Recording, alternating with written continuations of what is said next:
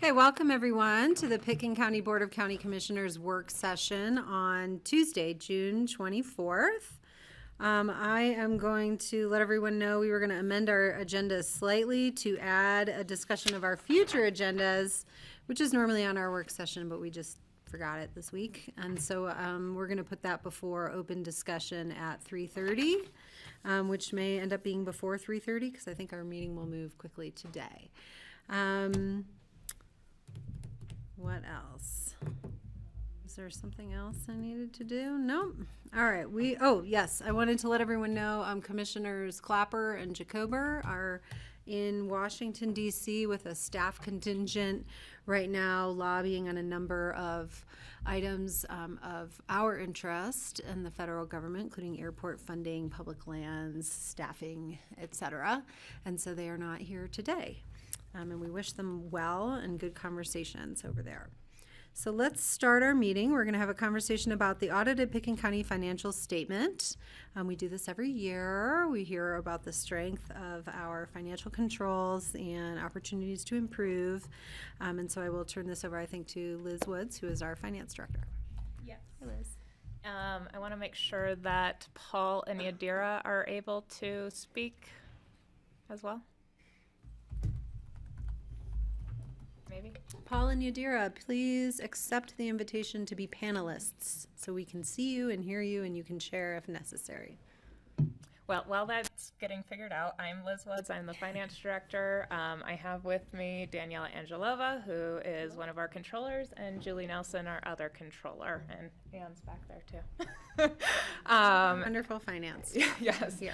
And we have several, we have Mara here as well from finance. And Tanya has joined us because she wants to learn more about what we do in finance. All so right. we have a whole big group today. And then we have Pauline Yadira from McMahon and Associates online. Looks like they've been able to get connected. So we are here to talk to you today about the audited financials. We apologize for getting it to you such last minute, but we appreciate your patience. This is always a big undertaking for our department, and it's, we're at the end of June, and it takes us that long to close everything and get the financial statements completed. So it's, as you can tell, it's a big document. It's a lot of work that goes into this from the finance department, and I want to thank the entire finance department because every single one of them has a piece in this, whether it's the daily controls that they are doing or putting together this document. There is a lot that goes into it, and could not be done without every single person in finance. So just want to put that out there too. Okay. And I can hand it over to Paul to get started for us. Thanks, Liz. You guys can hear me okay? We can.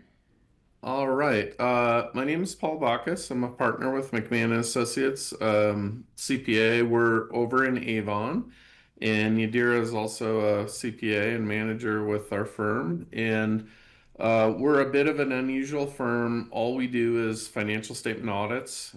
We have, 25 different CPAs on staff. And for whatever reason, we audit kind of every resort area in Colorado, from Telluride to Aspen to Vail to Steamboat to Winter Park, Crested Butte. I think just all the resort communities kind of have the same issues and same problems coming up. So pleased to be here to walk you through the audit process. So I'm going to share my screen, and if you guys have questions as I'm going through this, please feel free to ask. This is actually Pickens County's audited audit process. So the first thing I kind of want to walk you through is just so you understand all the work that your finance team and our team does to get to this point. This is actually Pickens County's audit workbook. So if you look, you'll see planning, fieldwork, and reporting. In the planning stage is really primarily about internal controls. So you can see this is our documentation of your internal control system over AP, airport, bidding, procurement, down to library, to road and bridge, every area that has a financial impact on the county, we go in and meet with your team and try and understand what are the internal controls over that area. And internal controls at its most basic form is who does what. And what we're looking for is problems with the internal control, or maybe areas where the county's internal control can be improved. And ultimately, the goal is to make sure that you have adequate internal controls and adequate reconciliations to produce materially correct financial statements. And that's the 200-page document that Liz mentioned. And the reason it's 200 pages isn't necessarily for the BoCC. This document gets sent to all your bondholders, to the SEC, to your insurance, your insurers, to banking relationships, the state auditor, the federal government, kind of all those parties that receive it. So that's the big chunk of planning. We also go through, read all your minutes, go through your policies, and any policies that changed, any ballot questions you have, things like that. We're ultimately going to go through and compare current year to prior year to budget and previous years, and look for any areas that stick out as needing additional attention. Then we move on to the fieldwork section, and the fieldwork section is about verifying actual numbers on your financial statements. So you'll see it's in here kind of in order of a balance sheet. So you have cash and investments as the first item, and that's about looking at your investment policies and saying, if your financial statements say you have, $100 million investable balances, or 200 million, that's what we have. We have it in the bank, we have it invested according to state statute, invested according to your policy, reconciled regularly, and just making sure that whatever is on your books showing cash and investments is actually in the bank and available. And then we send confirmations to those. So each of these is a work paper. You can see these work papers were done by Tracy and then reviewed by Yadira. And each of these gets confirmed. Then we send confirmations to all the material balances and make sure that those balances are in the bank, so to speak. Then we do the same thing with the receivables. So, various people owe the county money, whether it's, sales tax, property tax, or down to landfill invoices, things like that, airport. We want to make sure that we're recording those revenues correctly. So if someone owes us money, we're recording it correctly. It gets followed up on if it's not paid, and it's posted correctly. And we're going through all your accounts receivable to make sure that those dollars are handled appropriately. Like most counties, capital assets is a significant area. So we go through your fixed asset listing from last year, look at what's been sold off or disposed of. What new additions do we have? So we do kind of a data analytics search for any new capital assets that get added. And then, is it depreciated appropriately, and is it insured appropriately? Accounts payable is about making sure we have the right expense in the right year. And also, that part of the audit includes looking through all your disbursements, no matter whether it goes out through a P card or an invoice or an EFT or anything like that. Is it related to county business? Is it budgeted for? Is it paid timely? We're not paying interest, late fees. And is it recorded in the correct account? So when you guys look at your budget, or you look at, or your management team looks at their financial statements, they know that a utility bill is in utility and not in payroll. We do go through all your payroll. These are all your payroll policies. And we reconcile those back to what you reported to the Internal Revenue Service. And then we do testing to make sure that we've complied with all your payroll policies and we're paying in accordance with the BoCC's approved policies. Like most counties, Pitkin County has some long-term debt obligations, whether it's COPs or general obligation bonds or lease purchase agreements. When those agreements are approved, there's usually additional requirements that come with that, and so each of these we have the actual debt obligation in there, and then we'll go through and make sure the county has the correct debt restrictions and is reporting it correctly. We do the same thing with leases, technology agreements. Equity is about making sure we have the correct reserves. An example would be Tabor reserves in various funds. We want to make sure we've handled those appropriately. Take another pass through revenue and expenses. We do look at insurance because the report is also used by the Colorado Public Health and Environment for your landfill. We have to do some special landfill procedures. And then there's things like looking through ballot questions. When a ballot question is approved, the county has promised to undertake certain or handle certain dollars in a certain manner, and we want to make sure that you've complied with that. So we go through all your ballot questions and home rule charter and various other legal agreements, intergovernmental agreements in some cases, making sure that we've complied with all of those agreements. We go through Colorado statutes. We have so many local governments that we keep a statutory list for counties. I think we audit 15% of the counties in the state, and so we want to make sure that we've complied with the statutes, and there's nothing that needs attention there. Test some journal entries, and then there's a whole nother section called single audit, which is basically auditing the federal grants you receive. So that is the process, and as Liz mentioned, there's 762 different total work papers that are scanned in, looked at, and are part of the 2024 audit. And then who knows how many more were looked at and were documented that we looked at it but not scanned in.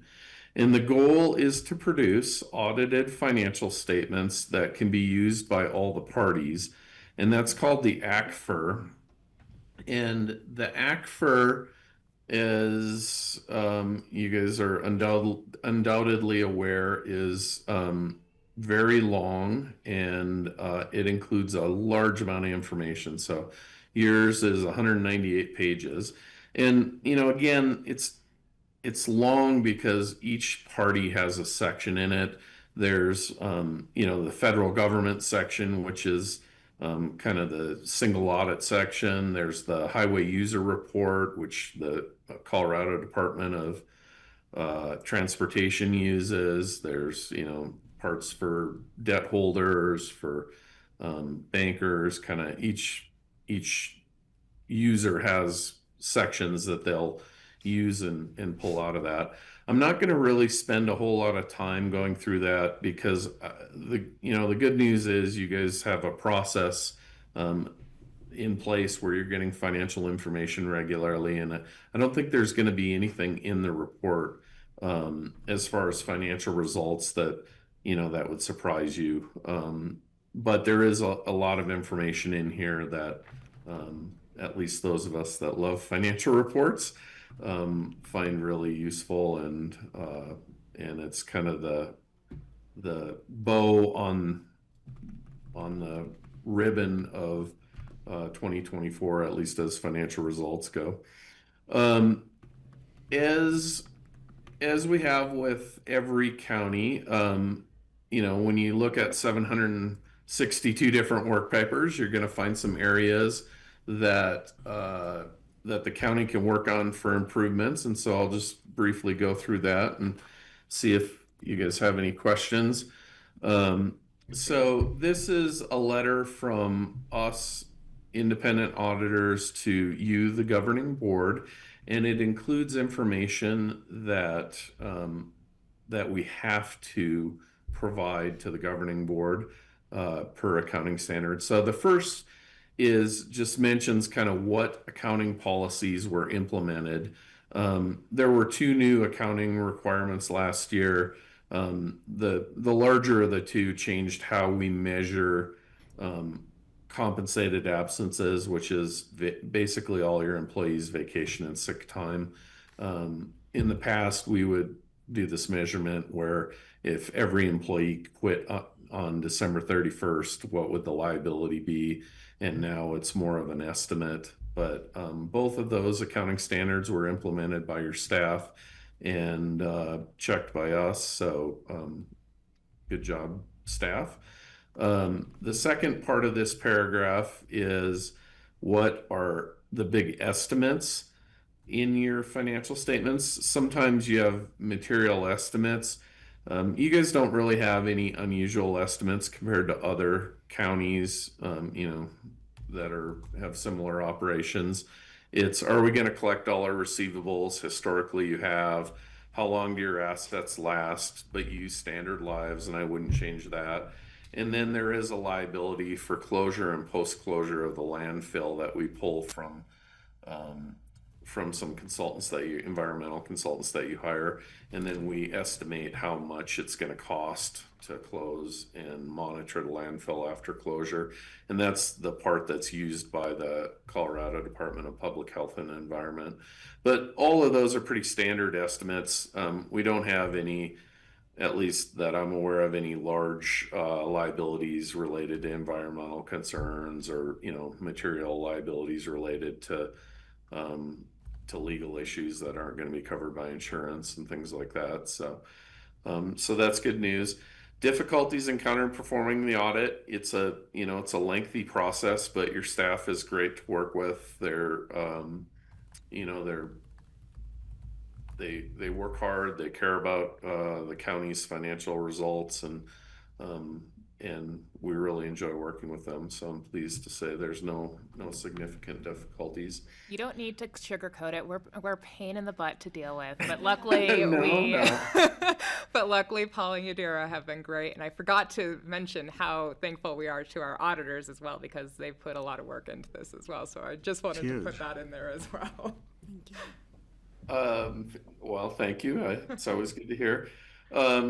Corrected and uncorrected misstatements. This is what journal entries did we have, and you can see we did have 3 journal entries, but none of those are, I think, terribly concerning. I mean, when you have 762 work papers, you're invariably going to find a few things, but we're not adjusting cash, which is kind of critical, and that's an area that we'll talk about in a little more, but it's pretty unusual to have a county audit where we don't have audit adjustments, so take that for what it's worth.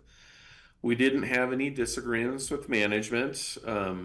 We try and work closely with your finance team and make sure that they're aware of what new accounting standards are coming up and things like that. And fortunately, none of those result in a disagreement. And then your staff does sign what's called a management representation letter. As with all our audits, well, maybe not all, but nearly all, certainly for an audit of Pitkin County size, we do have recommendations, and so take them for what they're worth. There are areas where I think the county can improve. It doesn't mean overall that the basics are not being done. It just, when you look at 762 items, you're going to find a few items that you'll second guess.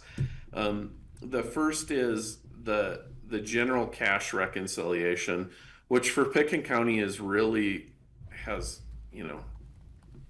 hundreds of millions of dollars of transactions in a year flowing through it. There still is a number of outstanding items that we'd like to get cleared off, and there is an immaterial variance that would be worthwhile adjusting, and just get that cash reconciliation dialed in, and then make sure it's done on a regular monthly process. I think it's so big if you have an out of balance, sometimes it can snowball.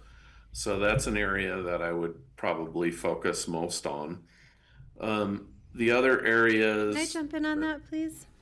Sure. I'm curious, is that specific to certain departments where this is more of a challenge? This would be finance department where, it's really just making sure at the end of every month that you have a closed process, look at that bank rec, and then clear anything old off there. It can snowball when you have reconciliations that's that size. Is that like rolled up from other departments to Yes. finances reconciliation? Yeah. So Okay. we do have some departments that are bigger and have more transactions than others. I would say that probably our biggest departments would be community development, the landfill, housing. Because there's several transactions, and each of these also has different systems. So like we have a system for community development that then flows into our Munis ERP system. Same thing for the landfill, and same thing for housing. And so all of these systems also flow up into the cash reconciliation. And so there are certain departments that are really easy to reconcile, and then there's other departments that take more effort or have more discrepancies between maybe what's in their system and what's actually hitting the bank. And so that's where some of these outstanding items can happen. Things, sometimes it's just like a matter of like, sometimes the bank recorded it incorrectly, sometimes we recorded it incorrectly. Sometimes it's, there can be bounce backs that happen on a payment, those types of things. So all of those transactions are going through this cash reconciliation. And each of those, it takes time to like research and figure out what caused the variance. And so those are the things that Paul is wanting us to clean up, and it is definitely a priority for us this year. It's been an ongoing issue because we've had things like we transitioned systems from Eden to Tyler Munis, and then we changed bank last year as well. Actually, I think it was a year and a half ago now. And it takes a while to like get everything. We actually are still using 2 bank accounts because we still have things that can come through Vectra that we don't want to close that account either. So there's just been kind of like this ongoing, as Paul mentioned, it can snowball, and that's kind of what has happened. And we are working to clean this all up. Yeah, got it. Thank you. That's really helpful. Yeah, it's a lot of work on finance, but a lot of that work depends on all the other departments Sure. making sure that they record their transactions correctly. So that's the cash rec is where, teamwork is kind of critical for all the departments. But it's a really key reconciliation. Landfill, there is an accounts receivable in Munis. You guys implemented that a little while ago. It probably makes sense to roll that module out to landfill, and that would provide a little more control, I guess, over the landfill bills. So I think that's just something where you have the software. It's just a matter of kind of getting it implemented at landfill. And I have a question on that as well. I'll jump in. Does the landfill have dedicated staff that sort of manages the reconciliation before it comes to you all? So they have an office manager who kind of oversees their billing strategies. They are, but they do not have like a dedicated financial analyst like human services and public health do. So it's kind of like a matter of they do their piece, and then we are helping them with their reconciliations and stuff like that. It is an area that we could, they've had some turnover at the landfill as well. I think they've had 3 people in the last 5 years or something like that in that particular position. So there's been, transitions as well that happen, and so it's been hard to. It's a big. We have a lot of transactions going through the landfill, right? It's a big piece of our system, and I do with our new internal auditor that will hopefully be approved tomorrow. Putting that out there, this is going to be one of the areas that we really want. The airport and the solid waste center are going to be kind of the 2 priorities for that position. Sure. Does that answer? No, your it does question? answer. Okay. Yeah, it does. I guess I'll just opine that. Yeah. It seems like the landfill transactions could be both some simple, some complicated, based on their interaction with the ComDev reporting. So it's helpful to understand that. Thank you. Jeffrey. On the related front, is there a max they can write off in the accounts receivable? So that's another thing that we need to I think, work with them on putting a policy in place on that. So we do not really have a specific policy at the moment. That's something we want to work with them and put some more internal controls around. I think at least one board member would like to see a follow-on action.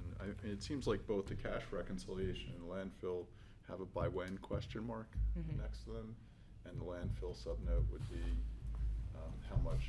What's the authorization locally to write off, given we're bonding as we speak? So there should be more financial control Yep. and sort of risk controls in place.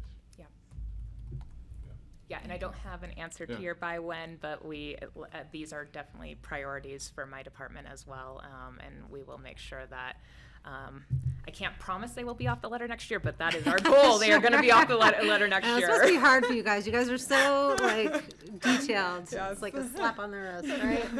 And I know Paul and Yadira do that in the most gracious way that we pay them to possible. So I do have another question relative to the landfill, though, and that was more about the above consideration. Is the liability for the landfill, does that consider like the change in regulatory environment, or how does it consider the change? Because as I understand it, there's new landfill rules that are potentially coming down the pike this year, and so I guess I just wonder, how do you think about those in terms of determining the liability that is being audited in this moment? Do you want to start on that, Paul, and I can jump in after that? Sure. I forgot your consultant's name. Is it AAC? Weber? Weber. Okay. Is that right? First there'd be a lot more detail on page D26, but essentially what happens is you have a consultant that looks at the cost of how many tonnage goes into your landfill, calculates how many cells you have available, and then what we do is take and apply the math to their calculation. So and you have to have that environmental study done at a minimum of every 5 years. So I guess the short answer is we're using your environmental consultant's numbers to calculate the liability, and their study, depending on the timing, will take into account any EPA or Colorado Department of Health and Environment changes, because their report gets submitted along with ours to the Colorado Department of Public Health and Environment. I don't know if that answered your question. Yes, that does. Thank you. And to that point as well, we're expecting that number to likely change significantly, right, with our expansion and potentially some of these regulatory changes. So I would expect that this number is likely to change significantly when I do our next study, which is, I believe, due like this year or next year. So it's coming up. If that's something you would remember to do, it'd be helpful to call out that comparison. Yes, we will try. I'll make a note of that to try and remember. I get there's a lot to remember. Yeah. Okay, thank you. I appreciate all that. Thank you. I know airport is, obviously an area that you guys have big plans for, and um, there has been kind of a delay in getting updated contracts with airport vendors. I know you guys are going to move to OpenGov Sorry, for. that's, I actually had asked to remove that section, and I apologize. Oh, They decided not to use OpenGov because it couldn't do contract amendments, and we do a lot of contract amendments. So it's something that procurement is looking at doing another system in the future, but I don't know what that system is going to be. So I apologize, I should have caught that. okay. Either way, I think, the overall point is we want to get some system where we're getting flagged for reminders when those contracts expire, and then working with the vendor to get updated contracts, approved by the attorney's office and by the BoCC. There was some other small balance sheet accounts that we had to work through. And we've kind of worked with your finance team to get those in process, but these are kind of vanilla FYI, so take that for what it's worth. This isn't items that would be considered a material weakness or a reportable condition. It's just, hey, you should reconcile this account also. So we've worked with your finance team on that. And the last relates to the schedule of federal awards, which is the federal grant section of the audit. Unfortunately, we don't have a lot of leeway on kind of what we consider important when it comes to the federal awards. There was a couple of federal grants that were missing on the initial schedule, and the way single audit reviews go, if you're missing a federal grant, it's automatically considered a reportable item. So, and what I'm specifically referring to is on the last page of the audit. So, you have to prepare what's called a CFA schedule. Oh, that's PFC, not last page. Right here. Section L. Thank you. So L8. So you had $12,881,000 of federal grants last year, and the federal government wants to make sure that you can identify all federal grants, and if there's any that fall off of here, then they automatically want it reported. So just that's it's a common thing at counties because you have so many different departments that collect federal grants, and finance is kind of at the whim of other departments to mention, hey, this is a federal grant, but ultimately you have to have a control system to make sure that you capture all the federal grants, and this dollar amount includes them. So, And Paul, correct me if I'm wrong, but I think the biggest issue that we had there was with FEMA reporting, and that is something that all of us are were unfamiliar with until we went through the FEMA reporting for COVID, at least on our end in our department. And we now have somebody who is very familiar with that process if we do have to go through that again. And so now we know, none of us were aware that we even needed to put it on the CFA. We kind of thought it was not considered a grant, but separate funds. And so that was, I think, the biggest piece that we were missing from here. And we are now aware of that. So we have that documented for future years as well. So what we're looking at in the report is the comprehensive schedule. Yes. Great. Okay. correct. This is super useful. Thank you. So that's, either a quick or painfully long review. I'm not sure which of the county's We've audit, shortened but your time year over year. We used to give you guys 60 minutes, so either we're getting smarter or finance is getting better, maybe a little bit of both. well, I think it's a little bit of both. You guys are hitting your stride now. You got there was a lot going on between kind of changing software packages and then in the middle of COVID. But it seems like all the finance departments at all our clients are kind of, things have settled down. There's less turnover, less issues. And overall, I think it was a smooth process. Great. I have a few more questions. I'll see if other board members do as well. Jeffrey. Paul, thank you. Questions really about new assets coming into the portfolio, so structures, fleet, etc. I'm really just looking for more clarification on how we capture the size of the portfolio. You mentioned depreciation, but how do we, from a risk control standpoint, how do we make sure that we have the right insurance package against the assets in the portfolio relative to depreciation? So maybe it's a Brett question, but it's sort of, you know, we're going to see tomorrow again an increase in the,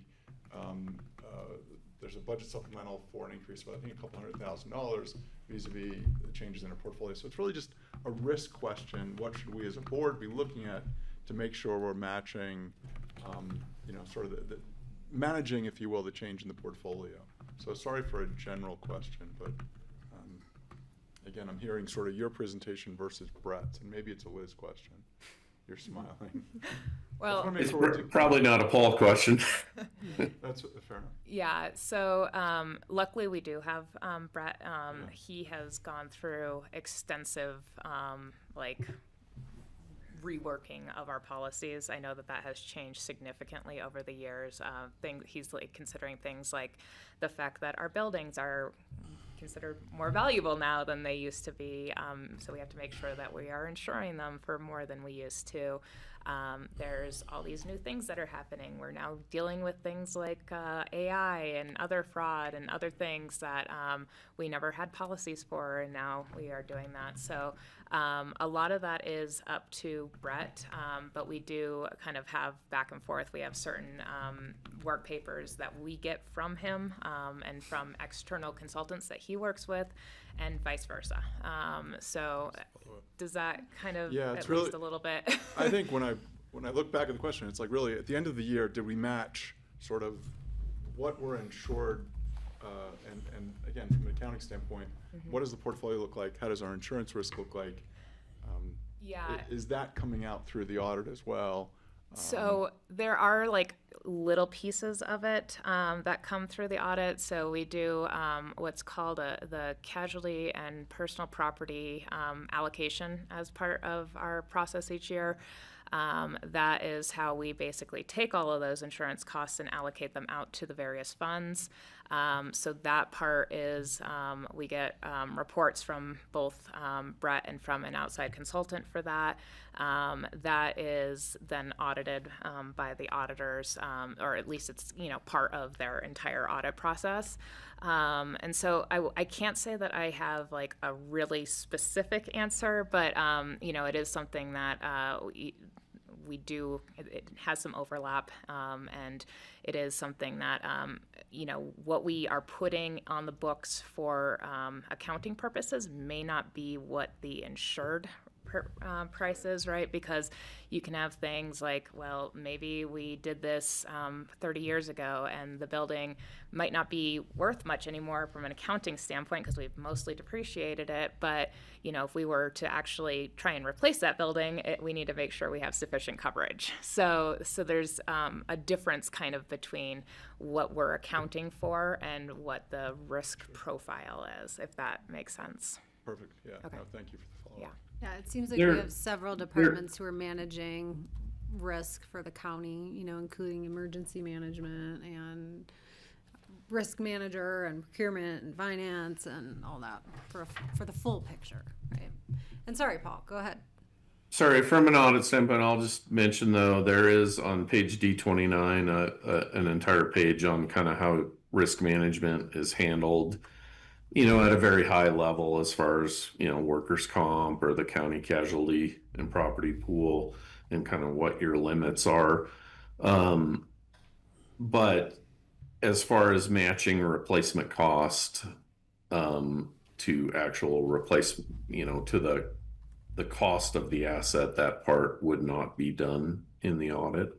Understood. The identification of the asset would be the. Thank you. Greg, did you have a question? Yeah, just wanted to say it's thrilling to be in the room with so many controllers who know how to keep all this together. And I just wish you'd take care of my personal finances. The thing that I see is that we change things often enough that there's a lot of catch up. And I'm just wondering, are we anticipating changing platforms as often as we have? And maybe we've only done it once or twice in the time I've been here, but I remember when you change to a new platform, it's like there is a lot of catch up. And it seems that a lot of this is just trying to keep on top of that. And I really appreciate all you're doing. And when things like this come up, the audit is super important because so much could fall through the cracks. And I think this is I guess I'm going to say it feels like it's a normal level of discrepancy you've found, and that's the job you're here to do. Are we measuring the amount of disruption and change we get whenever we have to switch platforms or something? Now, how do we compare to other communities? Do they all change software as often as we do? And is there something we should be looking at a structural level so that it doesn't feel like we're playing catch up? Maybe this is good, but I just wanted to know what you think about that. Is it frustrating? So I do not have any plans to go through an ERP implementation again anytime soon. And nobody luckily, ever does. Right. Well, and luckily, Tyler Munis is a very well-used product. There is, there's upgrades and stuff like that are happening, but it is not something that is going to be at end of life like we had going on with Eden previously. That being said, I think we have updated almost every individual system at this point, because we have a new housing system, we have a new SAGES for community development. I think the only system that is still kind of maybe could be implemented is the Solid Waste Center, actually, their AR system. So that's the only one that I know of that could possibly be updated still, at least in the next 5 years, let's just say. That being said, yes, something could happen that could change all of this tomorrow. Unlikely, but it is possible.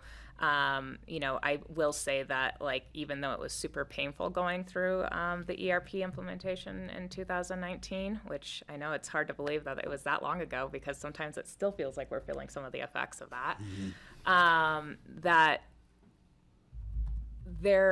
it was really good for us as well, because we were able to go through our whole chart of accounts, rework it so that it was more modern. It fell more within Blue Book standards. The Blue Book is it's probably this big of a book that has kind of all of the this is what you do to do financial statements, this is how you record transactions, this is how you do all these different things. And so we actually followed that when we were creating our chart of accounts. It was a really good opportunity for us to look at things, and there were things that came out of it, we realized that we needed to have a separate fund for park dedication fees, for the Smuggler Super Fund, for some of these things. So it was a really good opportunity for us to kind of start from scratch and look at all these things in more detail. And the other thing that we have that kind of changes, or that causes some of these changes as well, is that every year we have new GASB standards that we have to implement, pretty much. I can't remember a year in recent history where we have not had at least one GASB standard. And GASB is the Government Standard Accounting Standard. Thank you. Sorry, I'm having issues with all my acronyms. It's a moving target. Yeah, and it is a moving target. And so when we implemented the GASB for leases, GASB 87, a couple of years ago, that required us to do a whole bunch of prior period adjustments, because they had a new way to account for leases. Same thing for the technology agreements. Luckily, knock on wood, we do not have any technology agreements that fall within that standard so far. So it wasn't but we had to go through and look at all of our agreements to make sure that they did fall, or that they did not fall within that standard. And so that is also some of that disruption that we see every year. We have several coming up that there's not as many on the board at the moment, but there are several coming up that could have significant impacts on our financial statements again. The other thing that was the big adjustment was we did the RFP for our banking, which, as I mentioned, was also a big change as well. That should cover us for a little while, but it is kind of best practice to at least go out for RFP on a lot of these things at least every 5 years or so. Right. So, Right. it doesn't mean that we necessarily have to do it that often, but that's kind of a Good best practice. Right. Yeah. I want to ask one other thing just about drilling down. Like, I know we have individual leases with tenants for some of our properties, whether they're, an apartment or affordable housing, something like that. Are we tracking the lease? I know some places don't have leases or they don't have long-term leases. And is this something that hits, that's going to be something you're looking at, or is it up to the individual department if there's an issue with a lease, or who flags that? I guess it comes to you secondarily. Yeah, so are you talking like if somebody is out of compliance with their lease? Well, it seems like we have some like Yeah. that. And do those show up on your radar? Do you even see that? So we, on the letter, we have the leases with the airport that are out of compliance. Right. That's the big one, right? So luckily, we have most of the big ones in compliance. Right. It's just a couple of the smaller ones that are still out of compliance. That is something that the airport is working with the attorney's office to get into compliance. Right. And then same thing with housing. So it's kind of up to the individual department to work on those things, but they get flagged as kind of part of this process that we are out of compliance with a lease, for instance. Got it. So you can all spot that. Great. Thank you. I'm just wondering, why are some standards, GAAP or general accounting, I forget, principles, and some are not, when we look at some of our funds? So When you guys have them listed out. is there a not specific page I can look at? Because I'm not quite sure I'm understanding see. the question. Like it's, sorry. Oh, like when we look at them listed, you guys will have some here which are, Oh, she's talking about budget gap. yeah, Oh. exactly. Yeah, it basically, in short, almost all governments follow modified accrual, and which means think of it as cash basis, money in, money out. That's how almost all governments budget. But when you have an enterprise fund like airport, landfill, something like that, that operates more like a business, we have to adjust it back to full accrual, which is a different measurement focus. I guess in the easiest way to look at it is when you prepare your budget, if you purchase a new grader out at landfill, you budget capital outlay for that grader. But for GAAP purposes, we have to take that capital outlay, record it as an asset, and then charge it off as depreciation over the life. Does that make sense? It does, yeah. So that's when you see non-GAAP, that's common. You'd see that in every county in the state. It's just common to use modified accrual for budgeting because generally people are more concerned about the actual check going out than how long is the life on a grader, I guess. Okay. I guess that's interesting because don't most businesses use GAAP standards, but for our enterprises, we don't? You show both. Okay. So you show modified accrual and you show full accrual. Okay, great. Yeah, so if you Thank look you. at like F1, which should be the airport, if I'm remembering my Yes. numbering correctly. You are. That is the top section is just like the general fund or any other fund, other governmental fund is, and then at the bottom of it, you'll see the reconciliation to GAAP. So that's where we're making those other adjustments that Paul is talking about. Okay, Great, thank you. That's helpful. And those adjustments, just to be clear, are made on the other funds, but they're just done on a government-wide basis. So they're only taken, like the depreciation and the fixed assets and long-term liabilities are only seen on that C1 and C2 pages. Those aren't included on any of the individual fund financial statement. Okay, because you're looking at it institution-wide. Got it. Thank you, that's very helpful. And then just on the airport, I know we need to wrap up and move on, but I'm curious from Paul and Yadira, you know, as we look to significantly increase our budget with our airport project, do you have advice for us with all of that new money and processes coming in place?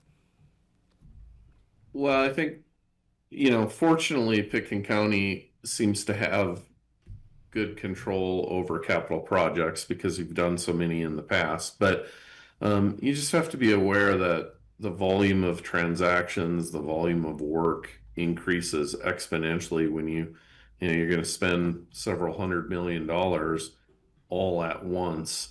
You just have to make sure you have the systems, the processes, and the internal controls set up to handle that increase in volume.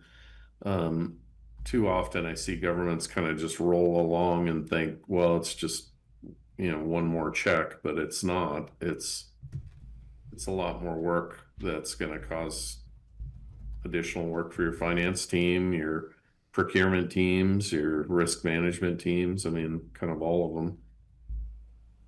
Okay, thank you. I hope we've planned properly for that. And I know you all are thinking along those lines. Is there other questions on this? Thank you.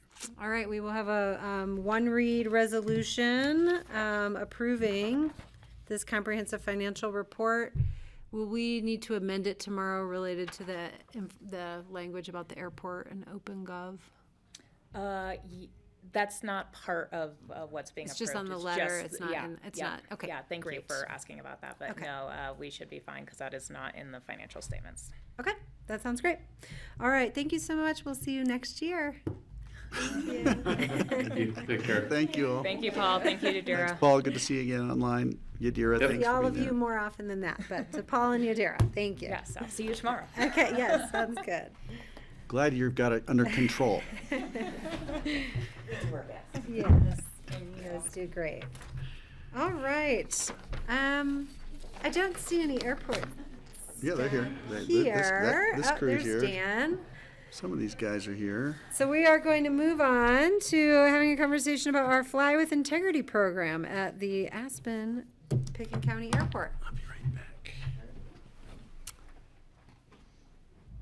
Hi. Is that you guys? Is that you all? Oh, okay. I wasn't sure. Okay. Am I able to plug in to be able to share my screen, or can I Zoom? I think you'll have to receive a link and Okay. then be able to share. All right. And you know, why don't we we had one board member leave, so let's just take a 2-minute break while we get set up and yes, we'll be right back in 2 minutes. Dan, hang on there, okay? Great. Go get a drink of water.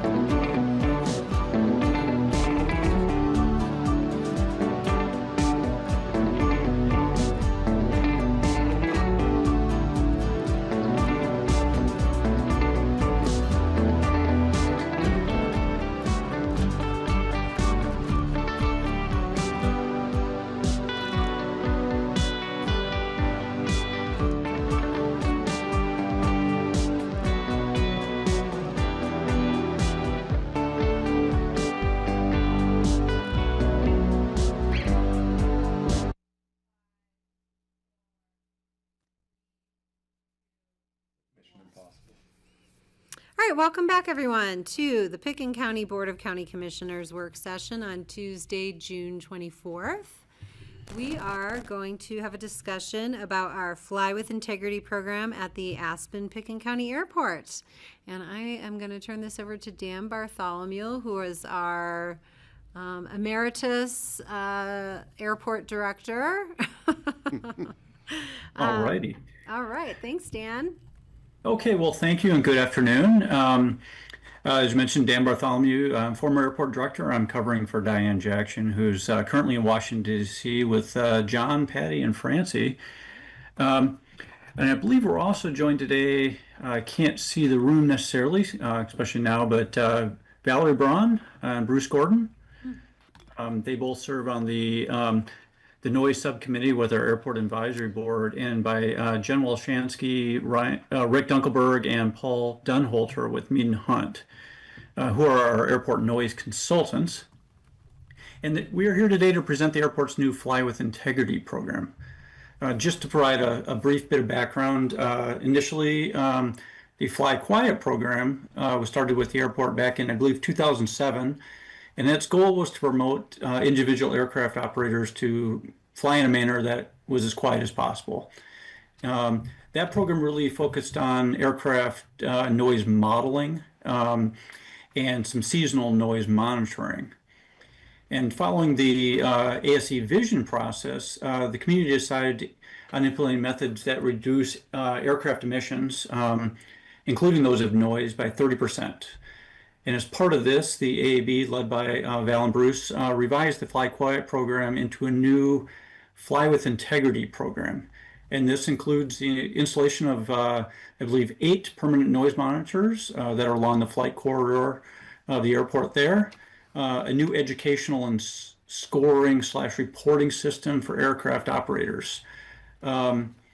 This presentation that you're going to see here was brought before the AAB last Thursday at their June Airport Advisory Board meeting, and they informally voted to bring it forward to you all at the BoCC meeting here. And I guess with that, I'll turn it over to Val and Bruce if they want to say anything, and the Mead and Hunt team. Okay, great. Why don't we do some introductions for folks in the room, and then I'll just check to see if Valerie has been able to join us as a panelist, because I do see her online. So please introduce yourselves for us. Sure. Good afternoon. I am Jen Walshansky. I'm Sustainability Environmental Practice Lead at Mead and Hunt, and I am supporting the airport both on their noise monitoring and modeling program, Fly with Integrity Noise, as well as the Fly with Integrity Air Quality Program. Great.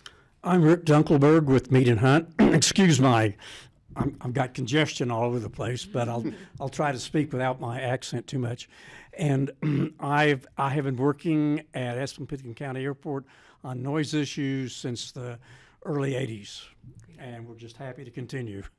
Great. Hey, I'm Paul Dunholter with BridgeNet Tetra Tech. We've been working together at this airport for a long time as well. We also do similar. John Wayne Airport is our home airport, so Jackson Hole, Teterboro, those are examples that we do work at airports with a lot of general aviation, corporate jets and such. So thank you. Great. And Valerie. Hey, hi, how's everyone doing? Good.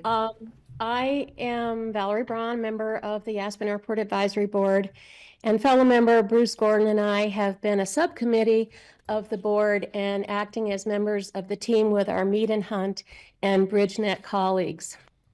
Ultimately, we created the notion of an overarching ethos we hope to create at the Aspen Pickens County Airport. Whether in the air or on the ground, we hope our owners, operators, both commercial and general aviation, pilots and ground crews will participate in flying with integrity. Our program is comprehensive. We have 8 monitoring units that follow every aircraft from throttle up until it exits the valley entirely, and as it is on final approach to touchdown and taxiing to the tarmac. We will be able to report quarterly how every operator performs. Currently, the majority of aircraft operating at ASE will be compliant with our standards that will be in final form after nearly a year of monitoring for baseline this fall. We will be able to give every operator an in-depth look at their performance. attaboys and attagirls for the top highly monitored performers, and encouragement to those who are compliant to reach for the upper tier, and help and education for those who are not in compliance. It should be noted that a curfew violation will be considered a noise violation as well. We need cooperation with the county attorney's office, and Rye has indicated he will work with our new airport program coordinator, who will be responsible for managing and reporting the curfew violations along with how our aircraft are performing in the Fly with Integrity program, and that will be very much appreciated. This program is voluntary, but we hope all operators will aspire to participate in our desire to operate as quietly and with as few emissions as possible. The program today presented to you is the noise component. The emissions monitoring is a bit down the road, but will be included as soon as possible. Finally, as stated, this program has the ability to react quickly to changing conditions. As more Stage 5 aircraft come online, we hope to ratchet down the levels for DNL and LAQ results, allowing us to expect even less noise and emissions pollution. The Fly with Integrity program is born from the Aspen visioning process, where the final common ground recommendations included demonstrating a 30% drop in noise and emissions. We will have solid monitoring data to demonstrate movement towards accomplishing these goals. We look forward to your final understanding and approval of the program. And thanks for letting me join virtually. I also am sick with a pretty bad bronchitis, so I managed to get through it without coughing. Thank you. Thank you, Valerie, for all your work on this, and to Bruce as well. And I think we'll turn it over to you for your presentation. Excellent. Well, Thank you. good afternoon, and thank you guys for the opportunity to be able to present on the revised and refreshed Fly with Integrity noise program at the airport. Dan and Val gave a really good introduction and overview. Our intent is really to dive further into the overview and to provide you some details on how we can use the Fly with Integrity program to be able to track progress on that common ground goal of 30% reduction, which Val just mentioned. So we'll talk about the goals or the purpose of the Fly with Integrity noise program, as well as the basic elements or components of the program. We'll discuss the existing noise monitoring, which is already being conducted.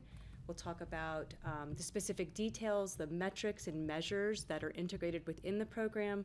And then finally, we'll open it up to discussion for anybody who has any questions or comments or concerns. So what is the goal of the Fly with Integrity noise program? The goal is to achieve noise reduction. And I would put a period there, but there's a little bit more after that. It's to achieve that noise reduction through a voluntary program, which encourages pilots to operate their aircraft in the quietest manner and the quietest aircraft that they can use. Something that we took into account with feedback and going through this with the Airport Advisory Board is we want to make sure that we understand safety is the #1 priority. So this program encourages aircraft operators to operate in a way that allows for safe operations while also allowing for utilizing any sort of measures that allow them to fly as quietly as possible. So it's safety, it's flying as quietly as possible.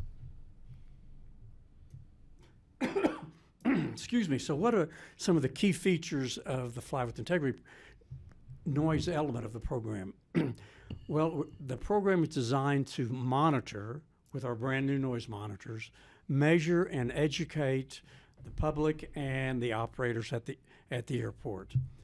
It is a system which scores the operators on how they perform against various measures and metrics. And Paul is going to get into the weeds a little bit and explain those as we go through this. Scores are based on your grade school score, 0 to 100. 100 is the better score, 0 is the worst score. But there are opportunities through the system where operators can get bonus points. If they're doing something exceptionally well, they can get bonus points.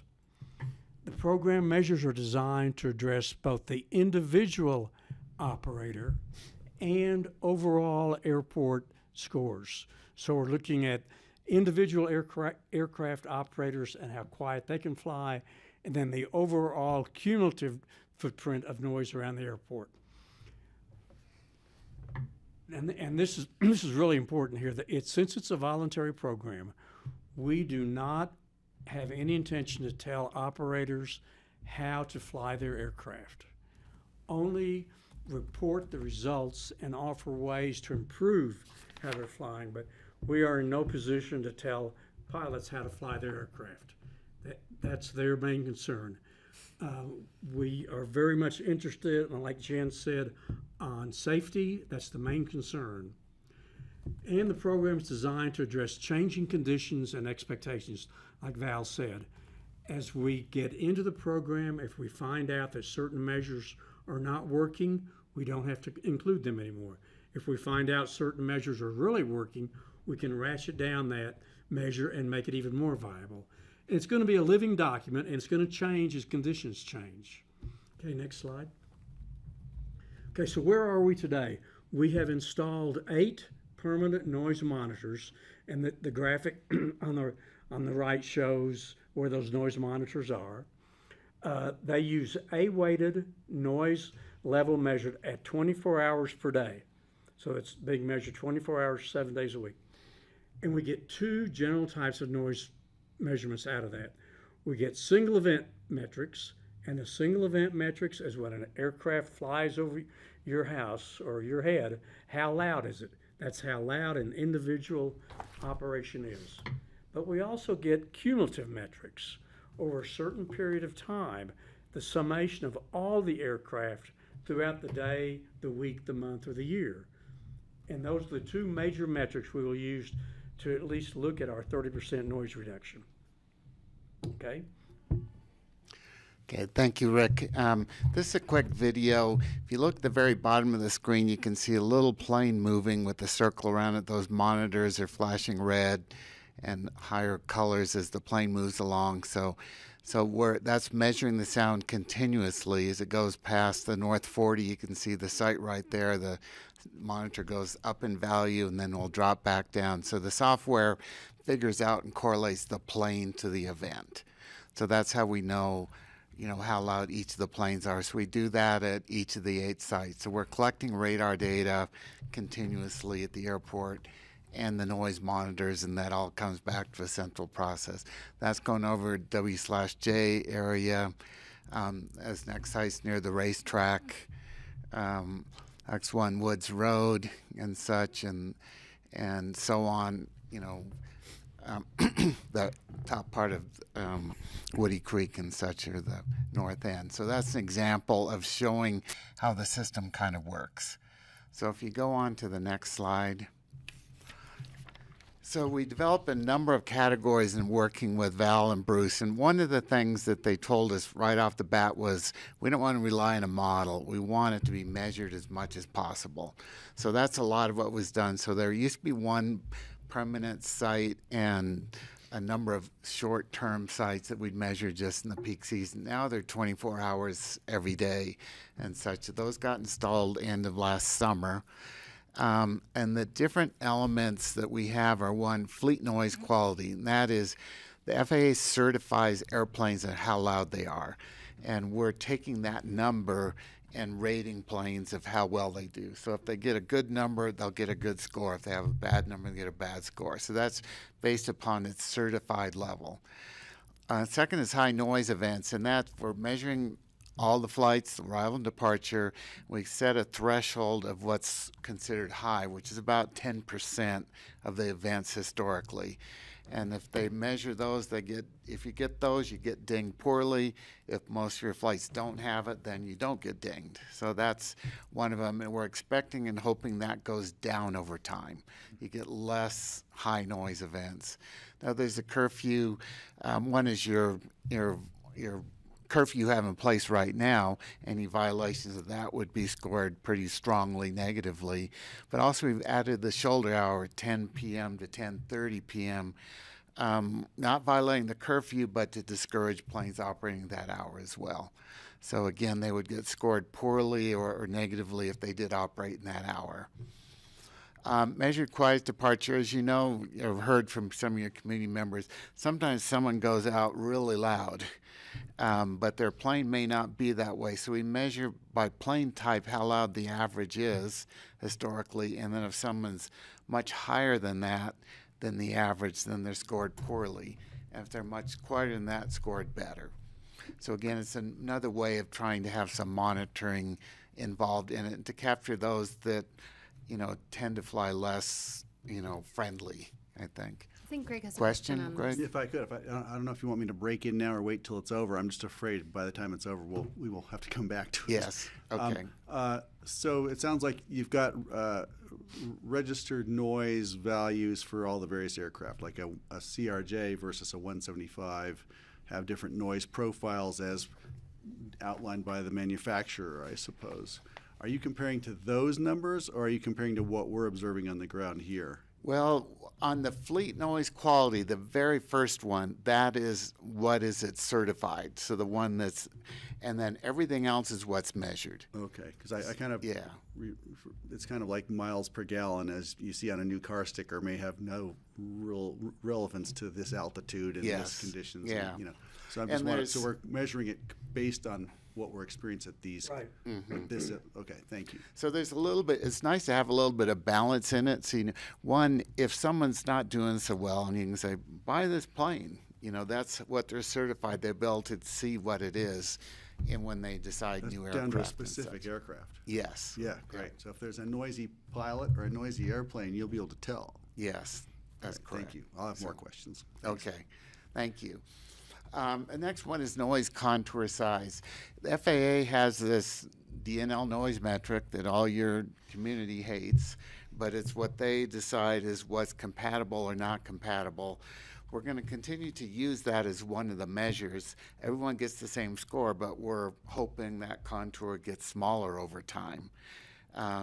As opposed to bigger, but everyone will get the same value on that. But we are tracking the contour, both the DNL, which is the 24-hour that the FAA uses, and the daytime LEQ. Because you have a curfew, you don't have planes at night. So you end up, the DNL actually gives you a lower number. So this ends up with a higher number, but they track each other. And then some bonus categories that we have to get, a lot of it just to draw attention to it. One is ground noise. The North Forties for years had some problems with the ground noise and activities. So we want a voluntary program of people committing to saying we're not going to use our APUs more than X amount of time, or let the people aware of it. There's nothing we can do to mandate it or things like that. Ultimately, I think there's hope to be a berm built there and things like that. But in the meantime, this is a way of asking them to participate in some level. So they get some bonus points for that. The next is sustainability commitment. The NBAA, which is the trade organization for corporate jets, National Business Aircraft Association, has a program for sustainability. If you agree to be part of it, and it includes offsetting your emissions and other things. If that operator has agreed to participate in their program, then they can get some bonus points. Like NetJets offsets theirs. FlexJets lets an operator offset. So there's difference in that way. And then the quietest aircraft type, that's again based upon certification, but most planes are now stage 5, the quieter one of the corporate jets, but there's some extra quiet. There's no stage 6 the FAA has done, so we're effectively putting in a stage 6 for the extra quiet ones and getting some bonus for that. I think Greg had a question. Yeah, if I can. Just regarding the APUs, who owns or chooses the APUs? Individual plane owners don't own an APU, do they? No, Or- those are what's on the plane in the back. It's like your engine. Yeah. It's actually on the plane. It's Yes. not one of the ground power Yes, units. and then there's the ground power, which the FBO owns. Right, And they okay. do And have that some can be electric electrified ones and- now and yeah. other things. But as you know, with GA, it's tough because planes are parked all over the place and things. So it's a little different than a fixed gate and things, so. Right, but What okay. the measure is saying is rather than leaving your engine running, your APU running, we are asking operators to be able to commit to a program that says, we'll turn off the engine, the noisy engine, and plug into a ground power unit, a GPU. But as Paul said, there is no mandatory way that we can require it. We're looking for folks to volunteer. Okay, thanks. That helps. Others? I have other questions. If Sure, you may yeah. have more to. Well, so on what you've said so far, it's voluntary, so it doesn't have any teeth. And so I'm wondering, is there a practical way to give it a little bit more so people pay attention? If a guy flies in his big noisy Yeah. jet, what's his incentive to? You know, And I wanted to compare just briefly. They post the grades in schools. Like you're talking, it's like a school. It's like they post the grades with the names next to them, so you can see who's doing the best and Yeah. who isn't. And I'm wondering, can we do that? so a couple things. One, it is voluntary, and effectively it's voluntary because the feds won't let you do anything anymore. So if you could do it, you would, but the feds don't let you. So you do effectively the same thing, but voluntarily, and hope something happens. And it's a little bit of that thing then of publishing the results. One of the things we found, we don't anymore do just the top 3. It's the top, we get what's called a top tier. So many of the operators can be in there, and then they can say, hey, we're top tier at Aspen or other places, and then publish it in NBAA, publish it in the local paper, trade organizations, and things like that. So they usually, it's the best operators, and then those that don't do well, sometimes you publish it, but a lot of times you just go to them and Let them know. let them know and work with them, not necessarily shame them unless they don't do well. An example, Jackson Hole has one. The state of Wyoming was in the low tier. So, what did not look good, as you Never can the governor imagine. flies in. So they went and talked to them, and of course they made a big effort to get better and things like that, as opposed to putting it out there in the press and making them look bad. So, yeah. And the last thing was just on your map, the monitoring locations. I remember when the pattern changed, people were approaching over Capitol Creek. Of course, we heard a lot of calls from Capitol Creek saying, hey, wait a minute, why is it so much noisier now? Either the approach or the departure as it heads to the southwest. West, I guess. Yeah. Are there noise monitor locations we could put out there? And then I was going to suggest my house, because I'm right at Brush Creek, right on level with them as they come in on their approach. Yes, okay. You're like the other One on side my- of W/J. right? Yes, Right we have across, the W/J and thing. We don't have it up on Brush Creek. We've done that years ago, but it's been a long time, and I know it is you get a good hit up Well, I there. volunteer. Yes, okay. I mean, we have a portable that will move around as well, too, if there's issues that come up, which they always do, things like I that. was trying to tune my water fountain in the yard to drown it out. Okay, yep. That'll make you Time turn it into to go like on and garden off. So, art. yeah, Thank you. so thank you. I do have a question. How do you account for planes that fly over town? It's driving me nuts. Well, Music tent. so there'd be the little planes, like the piston planes, are currently not part of this program, though we may add that. This is really jets only. So the little piston planes, though, Diane and Dan have talked about wanting to do that, but at least the phase 1 is just the jets. And then they do occasionally will come around and land, the jets do, and then the Bach approach can go to the left, and the Bach missed approach. So those don't see do that very happen. We're not tracking those as part of the program, though. Okay, thank you. Yeah. Well, we're tracking them, but we're not scoring them. Right. Yes. Yeah. Okay. Got it. There is if I could, there is a time, and during the summer concerts that start at 4 p.m. when inevitably a little single piston airplane is doing circles. It looks like it's right over the music tent. And Yeah. you think, where's my paintball? I know. Can anybody get that tail number? It's just one of those things. And I know it's a safety issue as well, if density altitude in the summer. If you could explain a little bit about why sometimes it appears noisier under certain conditions, or it necessarily, that would be helpful too. Okay. Does that make sense? Yes, Yeah, uh-huh, just between yeah. winter and summer and heat. Especially, if you got an inversion, in the early morning, it's a lot louder. The Harmony site where it's back behind the planes taking off in Buttermilk, you get, especially in the early mornings, is much louder than the afternoons where you don't have the inversions and things. So, yeah. That is interesting.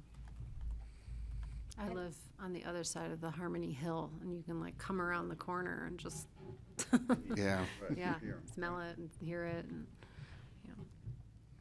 Any other questions on this slide?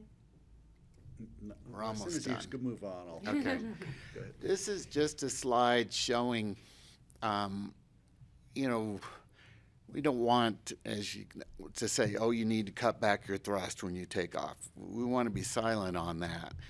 But there is NBAA, as you know, a trade organization saying if you're trying to fly quieter, this is a suggested way of doing it. So we're suggesting that as a path and reproducing it. This is effectively what it is. FAA has said you can make two procedures, one when the homes are close and when the homes are farther away. And this shows both of them. You're really best for the homes farther away. But we're going to suggest that to operators when they feel comfortable doing it and things. So that's the departure. And then following the procedure, which is, you know, the Lings 1, it is at this point in time, but following that procedure. No John Wayne takeoffs? No John Wayne takeoffs. And the other thing, just so there are no more John Wayne's takeoffs. Really? They all meet the limits now. So everybody takes off at John Wayne the same they do everywhere else. So, yeah. So, but, yep, those were the days. Yep. Can you actually tell a pilot who is familiar with the territory or the conditions, and can a pilot actually have that big an influence on flying quieter individually? You know, yes. You know, if you have, I don't know, you probably have 10,000 pilots fly in here on corporate jet in a year. I mean, there's a lot of them. So to expect all 10,000 to do a good job and things is probably a stretch. But I think individual ones that are aware of it and repeatable type things, I think it's a lot of finding the ones that really do the opposite, you know, that goes low and fast kind of thing. Well, and the fleet operators, if you're a big fleet operator, you're going to want your pilots to fly as quietly as you can, because that's a lot of concern with them. If you're flying, what do we say? Well, 60% of the business jet operations are fleet operators, and that's a that's a large number of operations. Yeah. And so if they can have best practices, and Yeah. it makes a huge difference. Mm-hmm. And they don't want the bad publicity. It'd be great to offer a prize to the quietest ones, right, or something to, you know, give them an incentive. Yeah. And generally, the quieter departure also uses less fuel.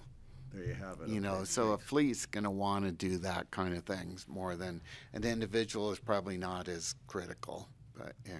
Oh, How many interesting. individual pilots serve the airport? Well, I've guessed pilots. It's hard to know individually, but I think it's 10,000 a year maybe flying here That's crazy. individually. Yeah, That's a lot. yeah. Who's on? Dan, and did it say Bruce and some of the others are on? That'd be interesting just to hear from their side. If there's a About, perspective. I'm sorry, Greg, about the number of pilots? Yeah. Well, no, just about perspective from I don't know if you've got people with you, but I just thought. No, I don't have anybody with me, but Good. you know, I think it is important to note, and I think you had a good question there, Greg, that you know, the options at the Aspen Airport are very limited due to the terrain and, as you mentioned, the high density altitude, and then the you know, the wind conditions with our runway and having a single runway. So the number of options that pilots do have to reduce the noise footprint in the valley is limited. And one thing I also should mention, an additional item that the AAB, when they voted to bring this forward to you all, was to make sure that when somebody does not fly in a quiet manner, so to speak, that we provide them with some educational materials or some options to help them decrease their noise footprint at the same time. So we're not just saying, hey, you're not flying quiet and leaving it at that. It's, hey, you're not flying quiet. Here's some things you could try. So I thought that was a good addition that the Airport Advisory Board put forward on this. Great, thank you. Okay, let's keep Okay, going. next slide. I'll go through this one real quick. This is two examples, a plane that's going to do well in the green and a plane that's not going to do well in the orange. And each of the measures, you can see if it, the one in the green is a very quiet Cessna Citation X, so he's going to do well in a lot of those loudness events and such. And if he didn't fly in the curfew hours and things, and he volunteers in bonus programs, so he's going to score well. The one on the other plane is an older Gulfstream 3 that's been hush-kitted, but that's still, a loud plane. So he's not going to score well on the certification. He's probably going to get a lot of loud, high events. Maybe he flew a curfew hour and things. So he's not going to do well, and he doesn't care, so he's not getting any bonus points. So he's going to score poorly. So that's kind of an example of a range of things you might get. And then most of them will be more somewhere in that middle area and things. So. And each operator will receive a copy of their results. So when they receive their results and they see, oh my gosh, I'm orange, I'm doing terribly, they have the opportunity to contact the airport and say, can we talk about this? Like, how do I do better? We have a user guide that provides education and understanding as to how to improve your score. We offer up the opportunity to talk with them, to explain different measures that they can implement. But really it's about being able to communicate, message, educate the pilots on how they can improve in the program. And so there will be some reliance on the operator sharing this with the pilots that work for them. Yeah. Yes, it usually goes to the chief pilot, and then they'll tend to share it with their flying community and things like that. I mean, some of them are huge, like NetJets, but most of them are 5 to 10 pilots kind of size. Mm-hmm. Yeah. Can we get some sort of metric on the actual fuel savings by best practices and share that and encourage them? That becomes an economic issue, and they'll get a directive to fly quieter. That's it. Let's look into how we could do that. Yeah. I mean, we can do it by the profile that planes go out and things, and the quote models will calculate the fuel. Is it really accurate? We don't really know, but it's an FAA approved model, things like that. So that would be, if we can use that as a foundation, that would be how it Good idea. Mm-hmm. Okay. All right. Okay, so having talked through this, we have this established goal from the Common Ground sessions that is a 30% noise reduction goal for the airport.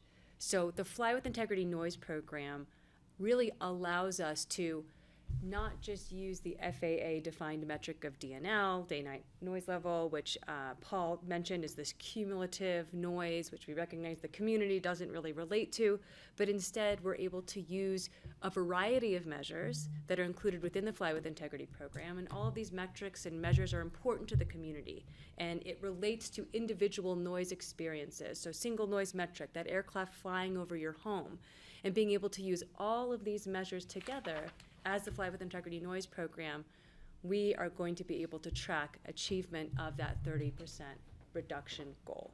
So overall, that's kind of the purpose of the Fly with Integrity noise program overall. So any additional questions? One. Sorry, Greg. Oh, sorry. Go. We'll go to Jeffrey and then go back to Jeffrey, you. go back. Okay, Sure. thank you. Is there any chance out of the data that you're collecting that we would actually get rings around the airport so we could show DBA from center point? In other words, the question's really going towards, is there an applicable place to put a house relative to the noise generated by the airport? So if we say that human comfort is less than 60 dB, you've exceeded 60 dBA, A-weighted decibels, then you can't build the Brush Creek Park and Ride because you're still at 65 dBA. Mm-hmm. Yeah, so that is there a larger map contour that we can get? that contour that we develop, it's not range, it's similar, but it follows the path kind of thing, and it'll have values that are less as you go outward, and then there's criteria that the FAA has suggested for land use compatibility, and then local governments often can do their own thing from that as well too, and such. So that is a good idea with this kind of information and such to, not build houses in these high noise zones. So I mean, the follow-up is I'd love to see the nexus between land use pattern, zoning, and what you're collecting, and to make sure that we're not putting, you know, two families at harm where you're raising a family. So it's, or we're approving with the caveat that you exceed, you know, 60 dBA. Yeah. So, thank you. Go to quadruple pane windows and extra insulation. I was wondering, have we established any sort of general rule on were the predictions about the noise level of the 175, which is our new carrier this year, do they match what we anticipated regarding noise compared to the CRJ? And I'm sure there's a decibel difference. I think I can hear it. I can identify the planes, which one's coming and going. But I also was wondering about frequency. Like sometimes there's that one little, what's the push me pull you that's been here for years that has a very high pitched. Yes. You know, and it may not be louder, but it probably is louder, but it has a a different noise profile, which is really, you know, identifies it from a. And I'm just wondering, do we have the sophistication to know frequency levels or things like that, or, you know, some loud noises may be less offensive than others. I don't know. What do you can you say about Well, that? here's kind of a not a science answer, but a experience. Is one is a wing-mounted engine, the other is tail-mounted engine, but the engines are almost the same. So so the frequencies are sort of similar, but how it propagates is a little different. So if you're when the plane's on the ground taking off, the Embraer is louder than the CRJ. On the ground. On the ground. So that ground roll and things like that. When it gets up in the air and goes over Woody Creek, they're about the same. Are they? Okay. And I was expecting the at other airports, we find it louder, the Embraer. I don't know why it's not necessarily louder here. My guess is it's going out light still. You know, they're not able to really, you know, In the summertime. in the summer and even winter. I mean, they mostly have been flying it to their just Denver, which is a shorter thing. So I think it relates to that, but we'll have to see when we get more data. On approach, they're pretty similar, which I was surprised. I thought the Embraer would be a little louder than the CRJ, which we see at other airports. So, but they're not hugely different in noise, though. It's great but- to have your reference to the other airports. Yeah. Your experience with that. Yeah, thank you. Okay. Very interesting. Dan or Valerie, additional information for us? I don't think there is an action item. You are going to carry this forward through the AAB and roll it out at the airport, right? Correct. Yep, that's exactly the path forward, yes. All right. Any last words or questions? It's nice All to right. I want to honor Valerie and Bruce's volunteer experience for all this. This is a big undertaking, and you know, we're looking forward to celebrating those who are honoring our community's desire for more quiet in the future, and hearing your reports out. When will we kind of get a first report out? Do you think from a year, maybe a year report out on this program? I believe that's coming this fall. Is that correct, Rick? Maybe We're going to start giving preliminary data, but then of course it'll be year end. We do calendar year, but we'll start giving you in the fall. We'll start showing what the results are, and then we develop kind of a baseline to be able to compare things in the future against. Okay. So Great. All right. Can I ask just one? Yes. Any predictions on when the first electric aircraft will actually fly into Aspen? well, those unmanned, you know, they're starting up pretty quickly. The problem with Aspen is there's, you know, if you want to come from Rifle, it's kind of a while.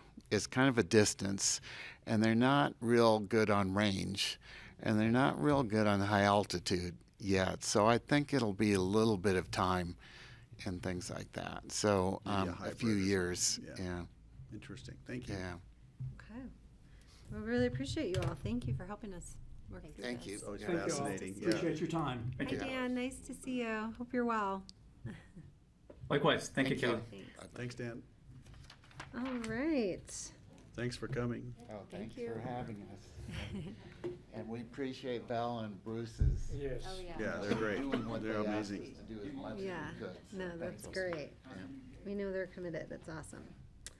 Okay, we are going to move on to a conversation regarding grant discussion of funds for the Roaring Fork School District and the Marble Charter School.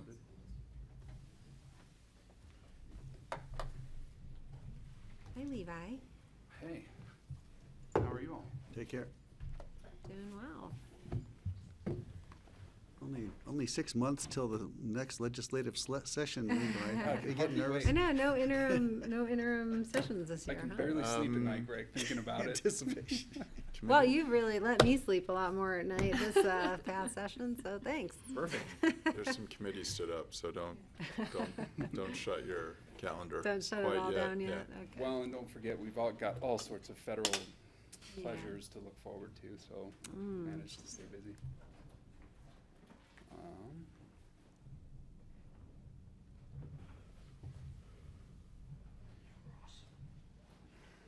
This is my first time. Jeffrey, I'm just gonna run to the restroom if you wanna kick us off on this Wonderful. discussion. I'll We be can right back. we can wait 5 too. Oh, it's okay. I'll be back. One.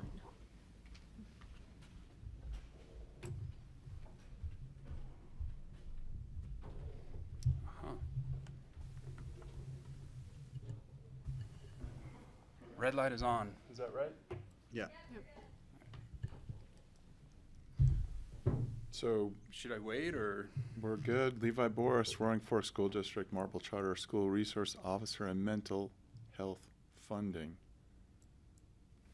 I don't even need to do an intro That's there now. for the subtitles now. Okay, great. Thank you, Jeffrey. Levi Borst, Management Analyst with the Manager's Office, and here for a brief, potentially, discussion about school-based mental health and school resource officer funding for not only the Roaring Fork School District, but also the Marble Charter School for the coming school year. A brief outline. You all have seen this before. We did a budget supplemental process last year, and I just want to walk through kind of high level what we did there and then talk about some considerations for how the board might like to proceed in terms of planning for future years. We'll see some Aspen School District, Marble Charter School, and Roaring Fork current numbers, and then kind of a summary of what staff would like to do with budgeting and planning going forward.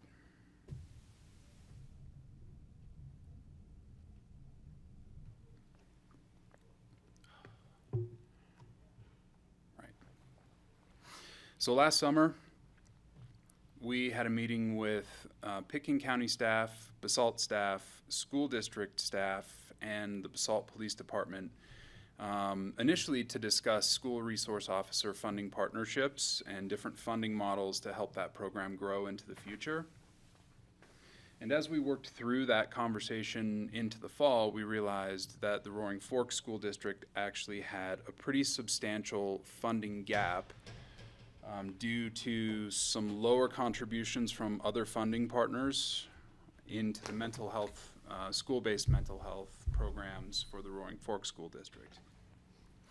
So as a result, we thought it would be worth a broader conversation extending beyond just school resource officer programs, but to also include school-based mental health programs in the Roaring Fork School District.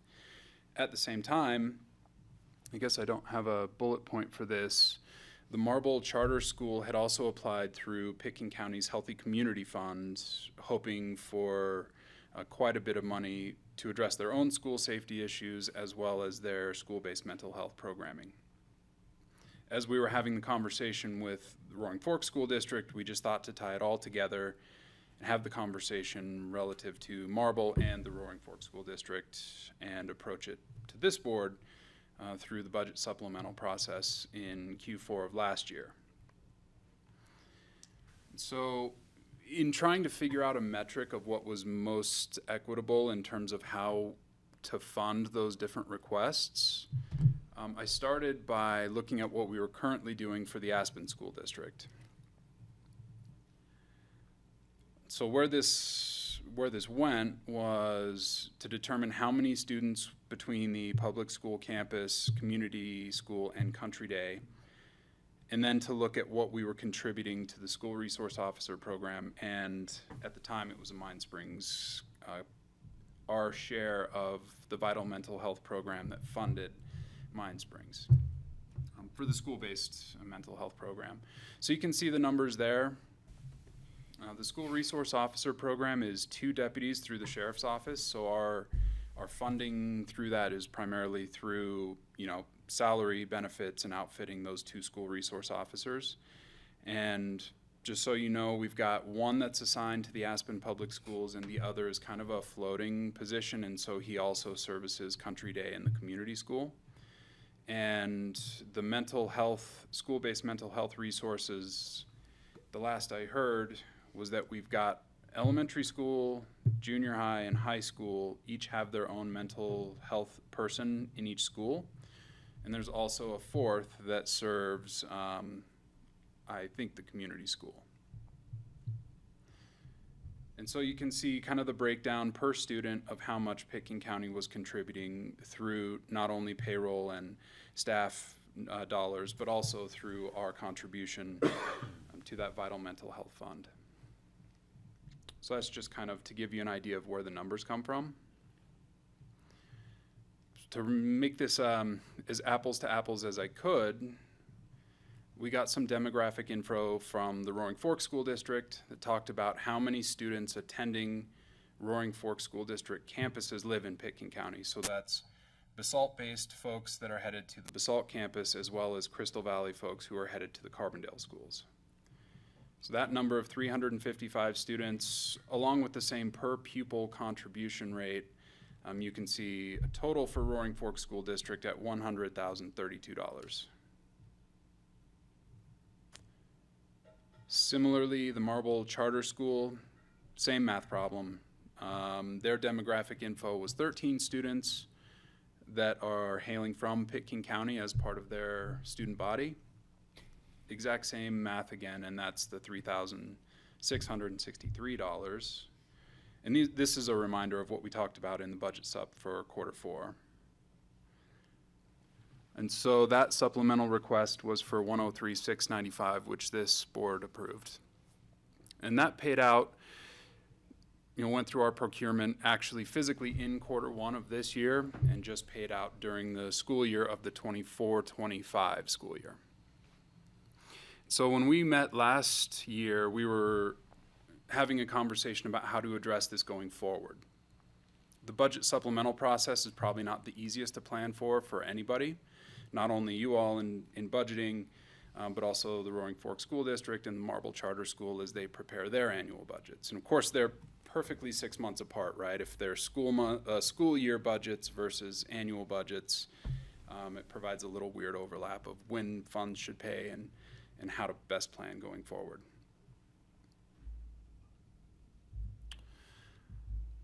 So conversations with the Roaring Fork School District and the Marble Charter School, you can see it just a quick slide. Roaring Fork's planning no programming decreases for the coming year, so they've got the same number of school-based mental health folk. The school resource officer programs haven't changed.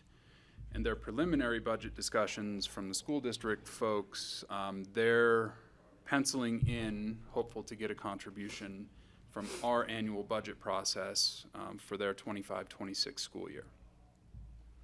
And similarly, the Marble Charter School, they're looking to increase their programming, effectively doubling the amount of mental health resources that they have available on call for their student body. They're already pursuing grants through, I think it's the Gunnison Valley, it's basically the Aspen Community Foundation, but in Gunnison, and then also through the Aspen Community Foundation over on this side.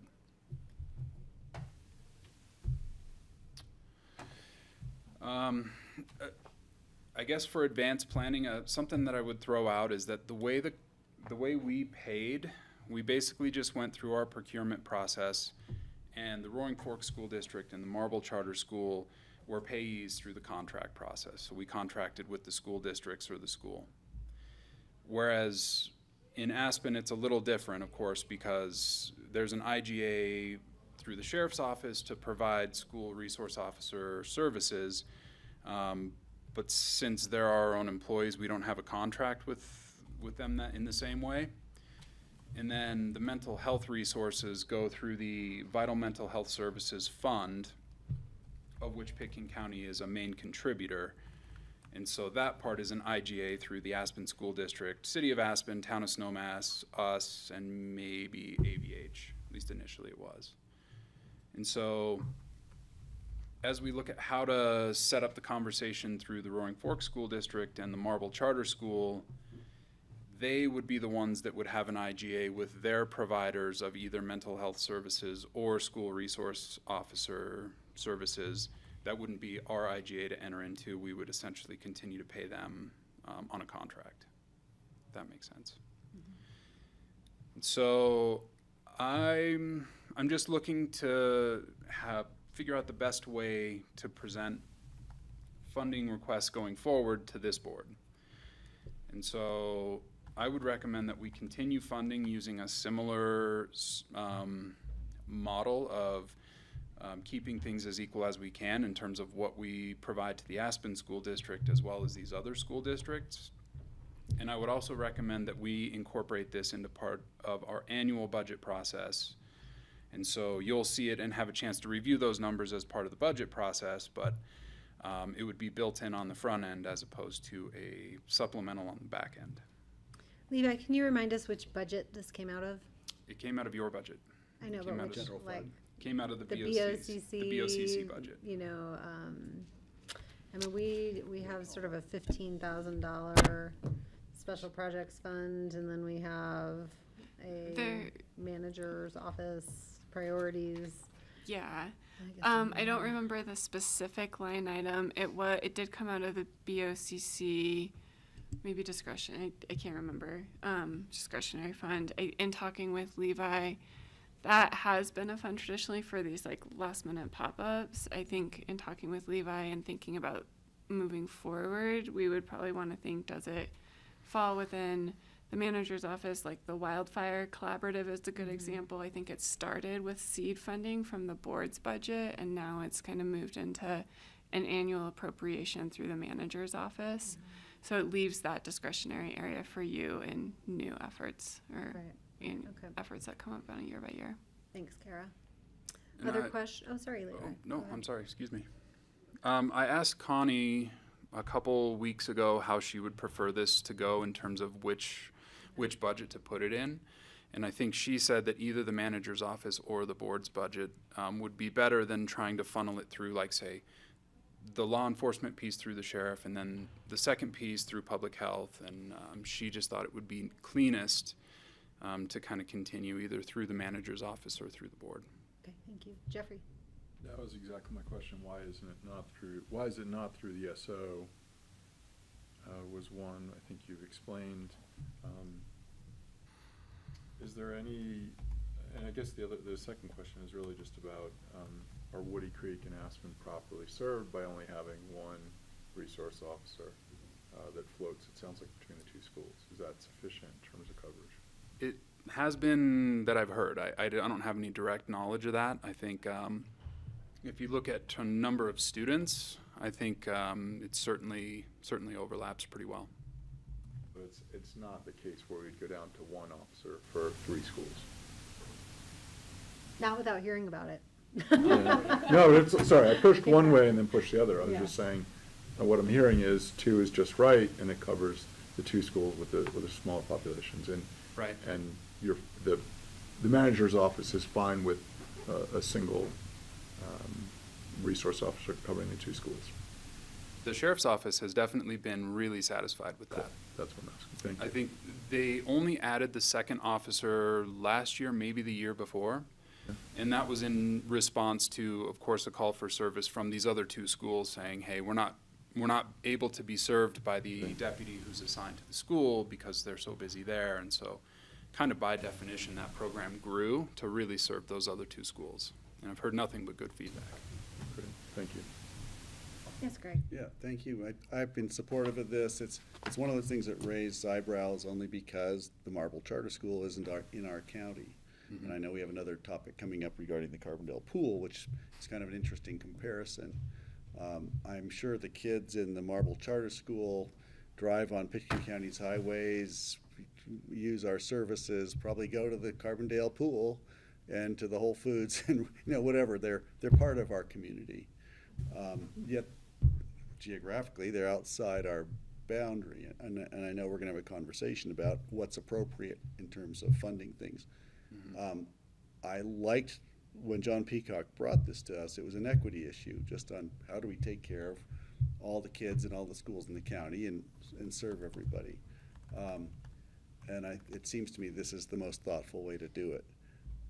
I just want to flag that because I know Jeffrey, I'm going to pick on you, just has issues regarding like, hey, can we really fund things outside the county?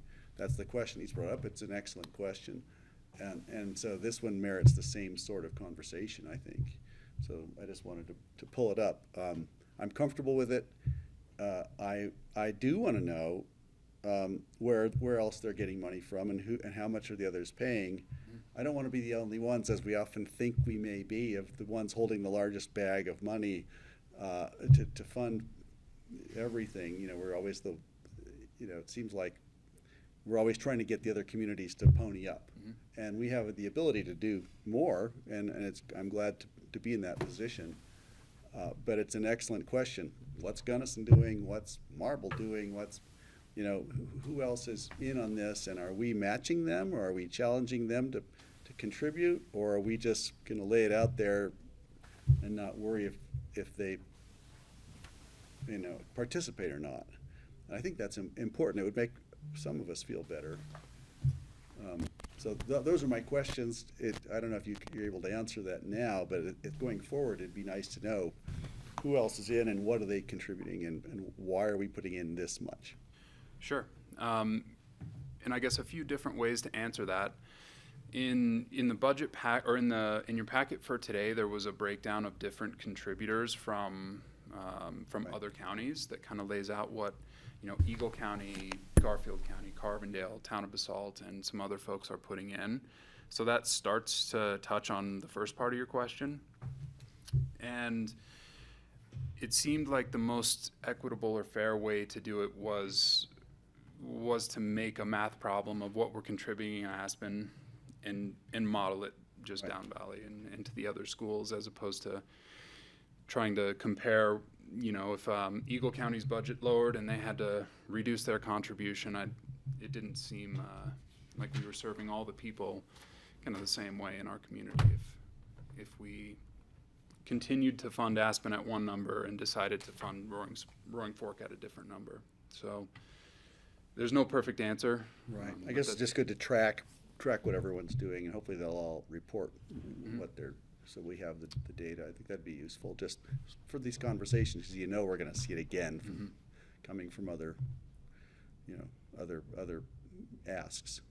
And talking with Ben and Dr. Cole from the Roaring Fork School District, they're committed to providing whatever they can in terms of where their funding is coming from and what they're planning for. So that I think all that data is available, and just don't have it yet.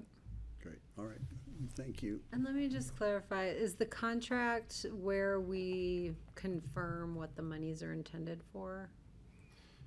Like, I guess, for me, my passion was really around being able to retain like the mental health services in the Basalt schools. And I don't want this to get shifted to like a budget gap, that they then end up cutting those programs anyway. Because we have things in place with the Aspen schools to deliver those services. That's what our SROs are hired for. That's what the IGA is for the mental health services. So what's contemplated here to secure that? I think ultimately I'd like to have access to the IGA that they have with their mental health providers, ensuring that those services persist. And then, in terms of where they spend the money, I guess we just have to say that it's going toward their mental health services, and if that allows their general fund dollars to go other places while still preserving their mental health services, I think that's a win. Right, I just don't want them to like cut the services and we're making the I mean. And keep the you know, money. there is an equity argument just to make the contribution anyway, but, I'd like it to preserve those programs. And Kara. one item moving forward, you all have started to do this with some of the ARPA funding that you've given as grants and contributions, and I clarified this came from your grants and contributions line item, is that we can always come back with, we almost do it like a grant contract, similar to what goes out with Healthy Community Fund or other ones, and you all have started to do this with some of the ARPA dollars, so this may be one that through the 2026 budget process, if you approve moving forward, then we can come back with that contract on the back end to clarify this is what the dollars are used for. Okay. That I'd sound have good? to reread the sounds good. contract. That was that in last year's budget subcontract? I don't know if we There did it in last year's and that because it came in last minute, but that's where we've started to do as we've made these grants and contributions from BoCC dollars is we do it, for example, we do it with CORE too, right? You all appropriate the funds, but we still initiate a contract of what those dollars are used for based on how the discussion with the board has been. Thank you. Is there a direction from the board to see this in our BoCC management or management budget for the next year? Because that's what Levi is seeking. Thank you. I'd Yes, say sure. I would. I'm- Okay. Yeah. Awesome. Great, thank you. And if there's interest from Patty and Francie on this, they will have the chance to talk about it at budget. Sounds great. Okay, thank you. Thank you. All right. Thanks, Levi. Appreciate it. Dang, we are Thanks for your flying. time. Did I Oh, get you back on we're schedule? caught 2 up minutes now. ahead of schedule. No, we're caught up Well now. We're done. at 3 o'clock. So we had intended to actually delete this section from the agenda for board updates. Well, that's fine. But unless there, I did want to check in to see if there are any burning updates that you guys have on timely matters from other boards that we all serve on. This is the opportunity to do it. I could, if you have anything, I'd go ahead, Jeffrey. Yeah, go ahead. No, I would say while Levi's in the room, I think the burning priority would be, Right, yep. I think the burning priority while Levi's in the room is that clearly we're setting up for the 25-26 legislative priorities. And so it might be worth time either on a future agenda, not It this is, minute, yes. but really to talk about what are the bills that we, Pitkin, would like to see. So that to me is and that comes across CCI, CCAT, CC4CA. I'll stop there. That's great. Thank you, because I'm sure we're on a deadline for at least one of those organizations. I think And- CCAT, CC4CA both, and CCI all have deadlines that are likely in July. Correct. July 24th is the deadline for CCI. And I've got time on your work session on July 15th, specifically to talk about legislative priorities. Okay. So We I only may got need- 30 minutes there. I don't know. I think it's 30 minutes, maybe an hour, just for that discussion. And I just want to add to that. I know one of Greg's passion was really around vulnerable user road protection. So it'd be nice, as Greg was nice enough to allow me to jump in on CC4CA. I know it's one of the bills they're really passionate about. It would be fun to touch base with probably Anita and see if that's coming back and in what form, given Greg's interest. Well, thank you for that. Gee. Appreciate that. It sounds like there's a ton of energy behind reintroducing that bill. Got really close last year, so I think I like the chances.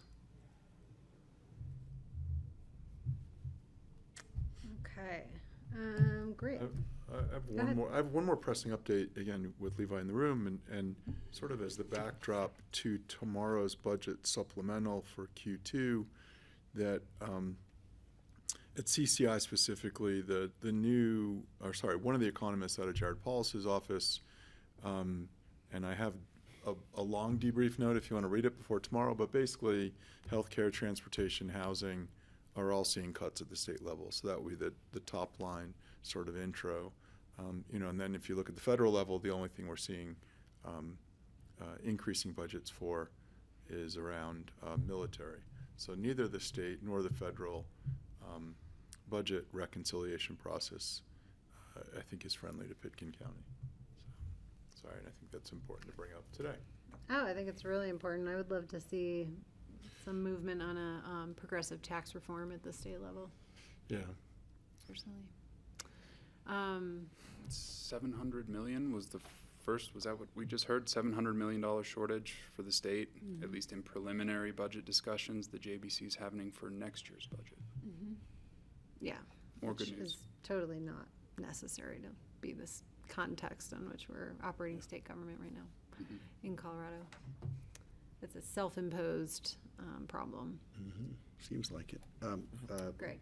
I just wanted to say, let's see, since we last met, I went to QQ last week, Northwest Cog Water Quality and Quantity, which I'm the vice chair, and there's not a lot of new to report. We did have a report from a senior fellow who's been part of the negotiations with Colorado River, and that doesn't seem like really there's any progress to report. Levi, while you're here, I was just going to say, we did, in the room, we talked about all the various responses the members of QQ are taking regarding the public lands issues. Everyone's very concerned about public lands and our responses with our own, internal, whether it's zoning or whatever the responses would be. And it occurred to us that maybe we could ask QQ's attorneys, staff attorneys, to perhaps collate all the information from counties that would share and try to create a platform for a unified response among, however many members there are. CC4CA has 47, QQ I'm blanking right now. But I'm just thinking unified responses to what we're seeing as detrimental land use policy coming from the feds. So I wanted to just report that was the one thing we took away from it. There were some other reports there that one was on turf, the policy regarding turf. It was kind of semi-interesting. But that was the main takeaway, was that we're going to try to collate and coordinate, if people are interested, the efforts regarding land and use policy. I just wanted to share that with you. That's all I've got. Did Barbara Green have anything in writing you could share? I'm assuming it's Barbara Green. Barbara was there, but Ann Castle was the presenter, and she was actually at the table. She'd been on the federal, one of the the water Colorado River committee. So I'll get you information on that. Would enjoy seeing that legal update, please. Yeah. It wasn't anything particularly encouraging, Oh, really? as you could expect. Is there anything else in here that I wanted to share regarding that? I'll share anything else with you. Thank you. If there's anything else, I'll share with everyone. And what else? Board of Health. Only the Board of Health have all been invited to the convocation this coming weekend, along with the medical community and the mental health community and public health people, which will be the part of the Schweitzer celebrations at Taka on the 30th and Historical Society on the 1st. And that's it. That's all I've got for you from that today. All right. I do have an open discussion item. Levi may be interested in this. Oh, that Levi might be. When Well, you we're get not to quite it. there yet, but we maybe can move around and do future agendas last. I don't have any board reports that can't wait, except APSHA. We had missed a regulation update that I had brought. I brought all the regulation updates to you all for conversation, and that we had missed one at the APSHA board. And that was to align the definition of a dependent with the the IRS definition. There have been some complications with APSHA qualification for people who either are pregnant or trying to adopt or entered into IVF or other fertility methods, and how they get qualified for numbers of bedrooms. And so APSHA decided the fairest, cleanest way to do that is to qualify someone based on the IRS tax definition of a dependent. And there is an opportunity for people who are, to update their packet, as soon as they have birthed a child, if they're trying to bid on units. So just want to let you all know that. Okay, and we'll see all this again in a couple months, and when we have a full board. With that, if you would like, we can move on to board open discussion so Levi can have the benefit of it and then have his time back. Well, first of all, as we've all heard, the public lands bill has been pulled through the bird maneuver, whatever they call it, which I don't understand fully. Parliamentarian rules. Yeah, but it's going to come back, and so this gives us a little bit of breathing room to try to coordinate efforts and work together to come up with a cogent and aggressive and compelling reason that they should kill that, what has been planned. The other thing on open discussion is that CC4CA did contact and ask me if I'd be willing. I'd been talking to him for the last couple of weeks about writing a letter on the National Electric Vehicle Infrastructure funding, and so Lindsay X and I have crafted a letter which I'm still working on, but I'll share that. I was thinking I would just submit it as an op-ed, but I'll make sure you all see it and have a chance to audit or muzzle or contribute or make it into a BoCC op-ed. Doesn't either way, but I'll share that shortly. Okay, I think we sent the revised one already off to to her. delegation, so Right. we've already sent the formal one off to The her. formal one's been sent, right? And an op-ed would be a great follow-up. Yeah, so I'll share what I've got, and we can. I don't want to make it more complicated, but I thought I should tell you all what I'm up to. Thanks. Thank you. I appreciate the update. Greg, have you heard if the public lands for sale issue is going to come back as part of the continuing budget discussion, or are we talking about totally separate legislation? Or do we know yet? I don't know. Kara probably knows. So, John and with everyone in DC, it is anticipated to come back in the bill in a different form. In the big budget bill. Thank you. I don't like to use the formal title. Yeah, right. Don't have to. Please don't. But I was encouraged to see our delegation kind of unified in opposition to that, so hopefully whatever form it comes back in, we've already got some allyship with our delegation. And it seems to cross party lines nicely. Yeah. Great. All right. Other open discussion from the board, and then we'll go to Kara. Go ahead, Jeffrey. So I got 3 open Levi? discussion items. Levi, join us. We had 3 open. Stand up, sit down. World record. So on Monday, I will likely testify. I received a note to testify on behalf of the community and the community impact due to gray wolves in Capitol Creek. So I've spoken with most of my neighbors. So the Agriculture, Water, and Natural Resources Committee is meeting in Denver. So either I'll do that remotely or in person, but basically gathering community feedback on the chronic depredation in Capitol Creek. I highly recommend the board read. There's a June 17th final report on the lethal removal of a gray wolf, number 2405. And if for no other reason as a vegetarian, you get to read words like dispatching of wolf 2405, which is a nice way of, they took it out with a rifle. But I think it's a great report by CPW, representing both the views of the ranchers, CPW, and wildlife in the valley. So highly recommend.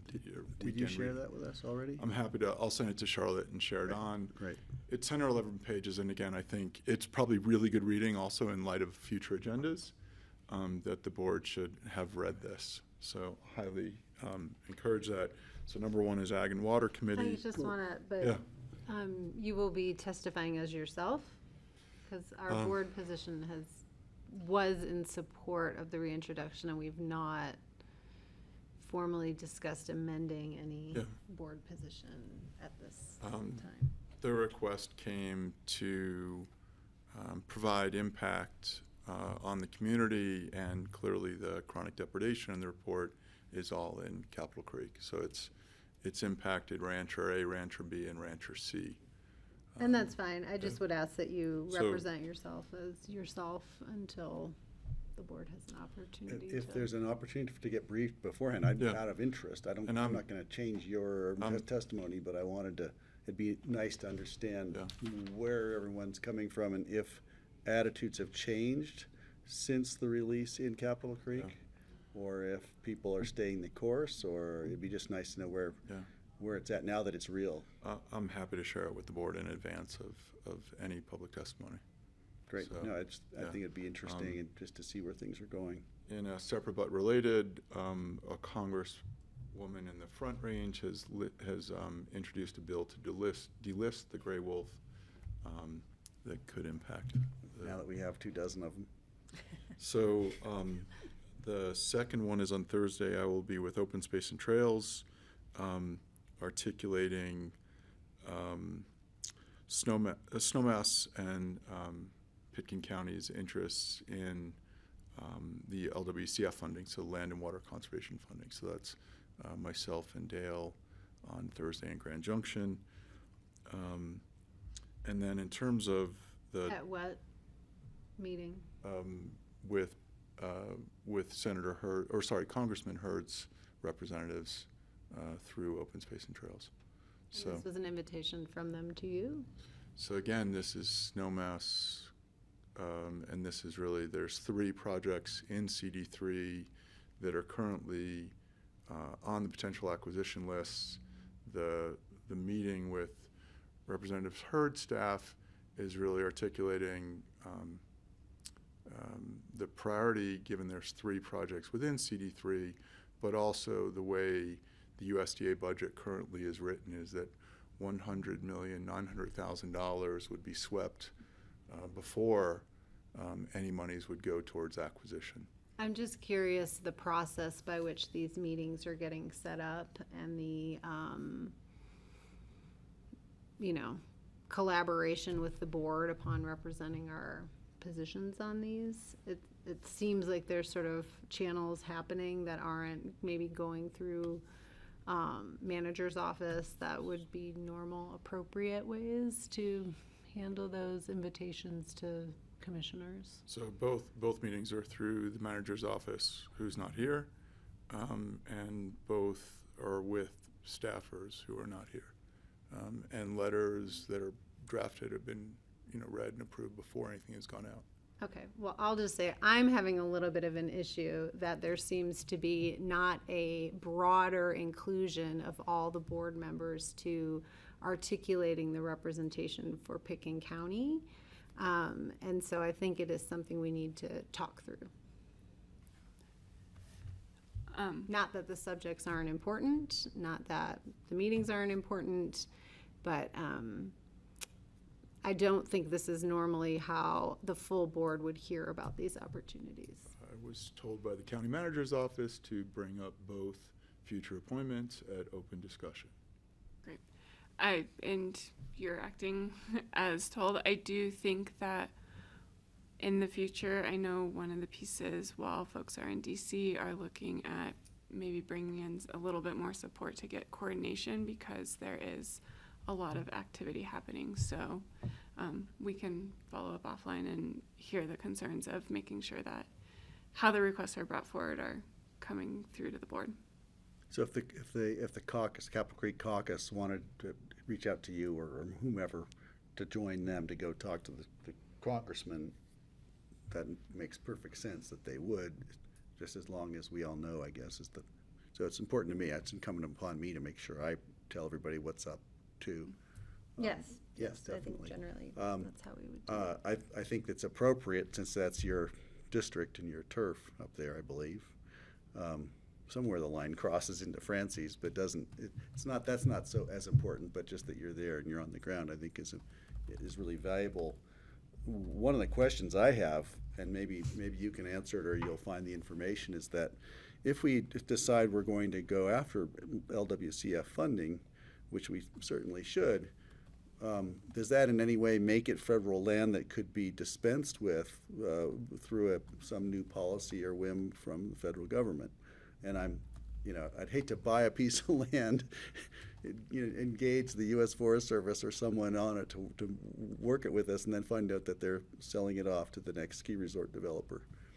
That's my nightmare. And maybe it's not even realistic, but I just thought I'd bring it up. Can we trust these? Are they trusted partners in conserving land at this point? Sure. And that's a question that's probably Dale would have opinions on that. It's sorry if I may. It's go ahead. actually so going back to if there was a disposal, the section of the bill is specifically outlined in the energy and natural resources part of the bill, and then you scroll down to disposal of lands, and so wilderness generally has been off of that list. Roadless. So taking 650 acres and combining it with existing wilderness, making it part of Snowmass Shouldn't be a Maroon problem. Bells should not come out then as a 650-acre house site. Right. But there's clearly, when you go through the text of the bill, there's clearly both in LWCF as well. So on the acquisition side and the disposal side, there's clearly a maintenance element to both budget moves, which is interesting.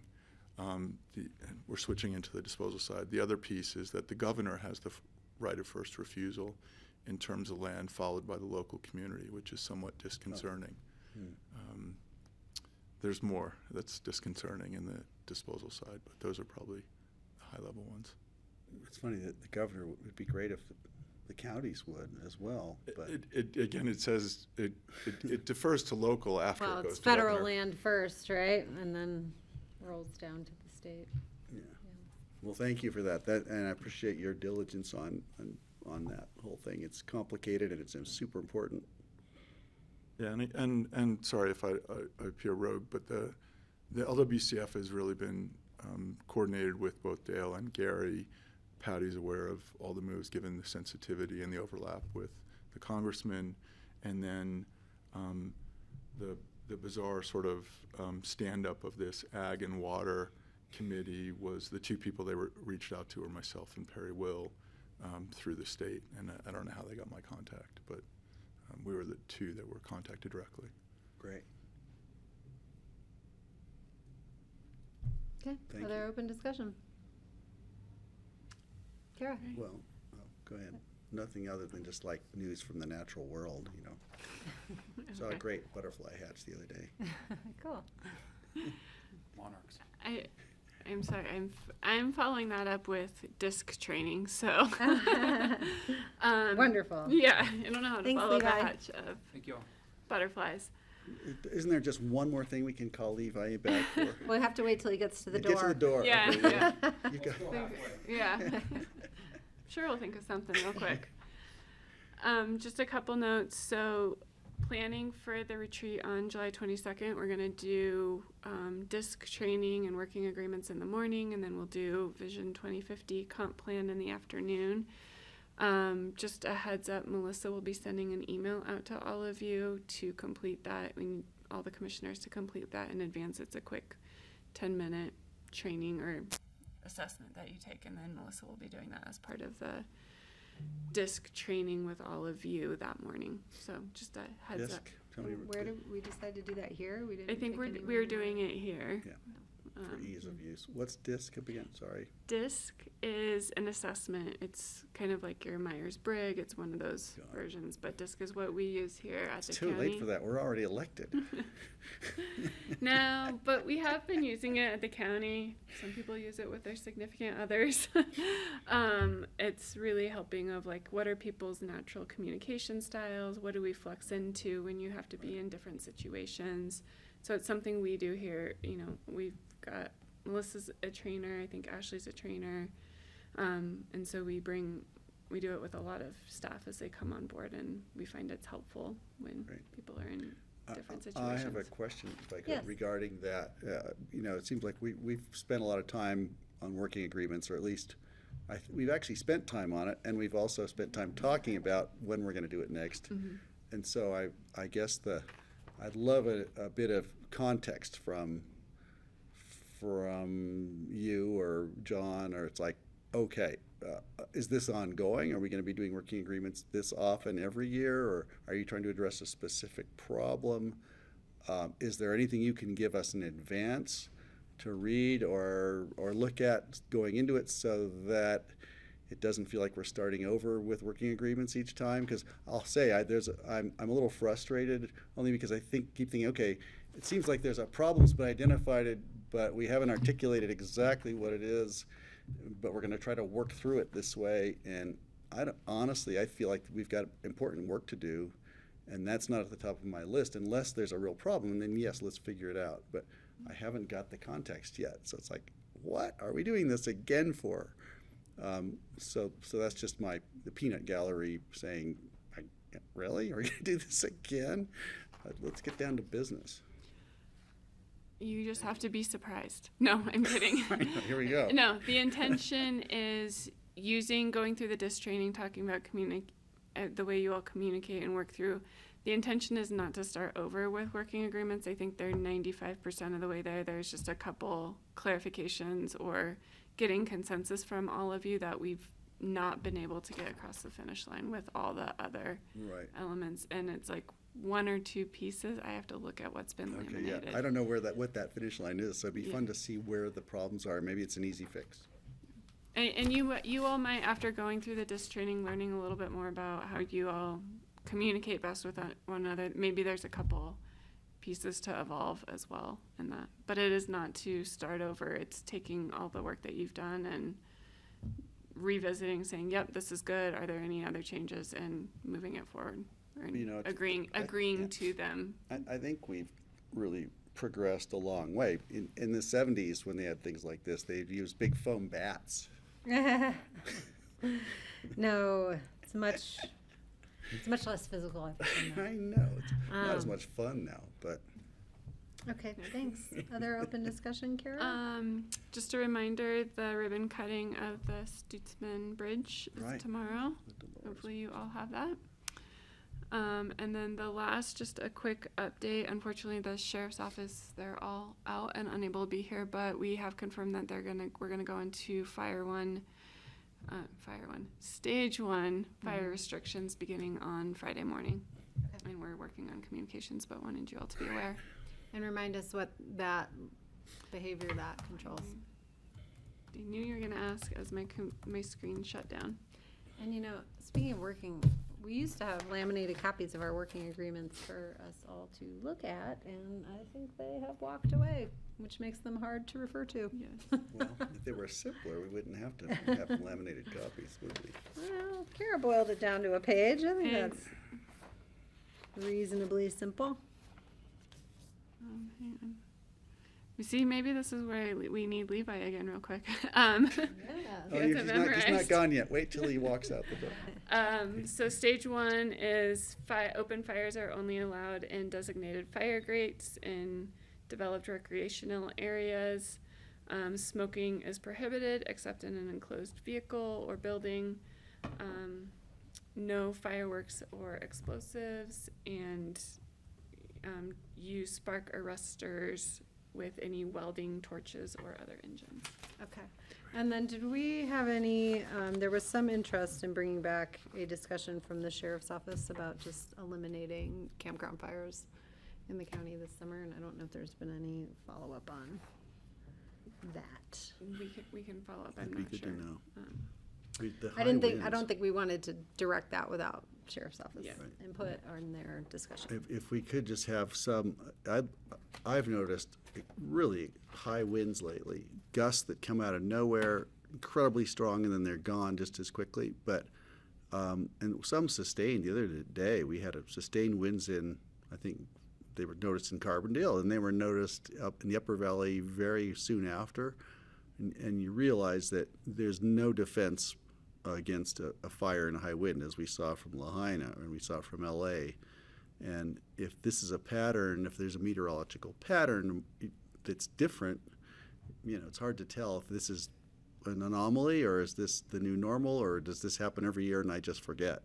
But it'd be good to have some report on, meteorological conditions and how they affect, transmission of fire. We can have Sheriff's Office staff wasn't available to come this afternoon, we can look at having them come maybe next week and just, I know they do weekly check-ins with everyone to help make those decision points, so maybe we can get them to come and give a brief update of what they heard to call the fire restrictions now and what they're tracking for anything elevated. Right. Moisture content and weather. Yeah. Hopefully we'll get some rain before they visit us. All right, other open discussion? That's all I've got. Okay, let's move through future agendas quickly. Looking at Tuesday, July 1st. I think we had additional items we were adding to the exec, so I will pull up my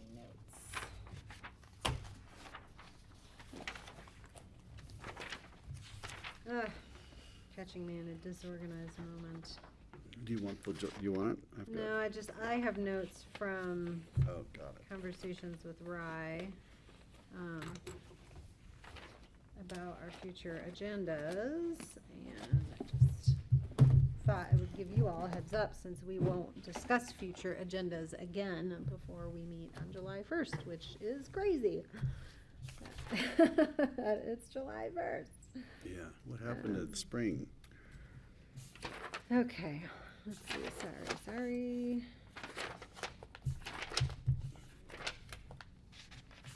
We were,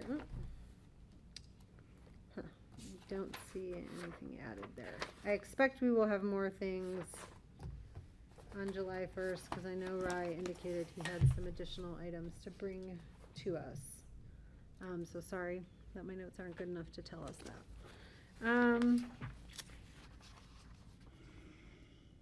I don't think we're gonna have meaningful conversations about all 5 of these topics with CPW.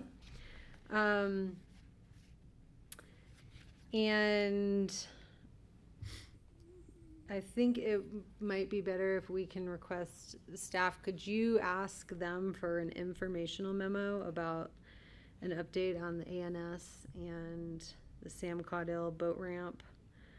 And I think Beaver Lake was more initiated by us relative to their plans for draining it for augmentation and what their approval process looked like for that. And if there's other updates relative to Beaver Lake, that's fine.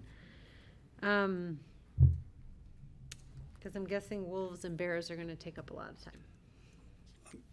I guess my question would be, are we ready for, is this appropriate timing for wolves? Like, have we reached a, you know?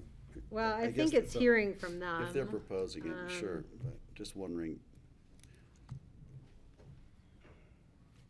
The big thing about aquatic nuisance species really is going to be around funding, to make sure it's fully funded. Rudai is still doing quite well compared to most places about keeping them out, but it does require money, and I guess that'll be a financial question for them. Mm-hmm. And then regarding bears, maybe it's just about policy on bears at the landfill.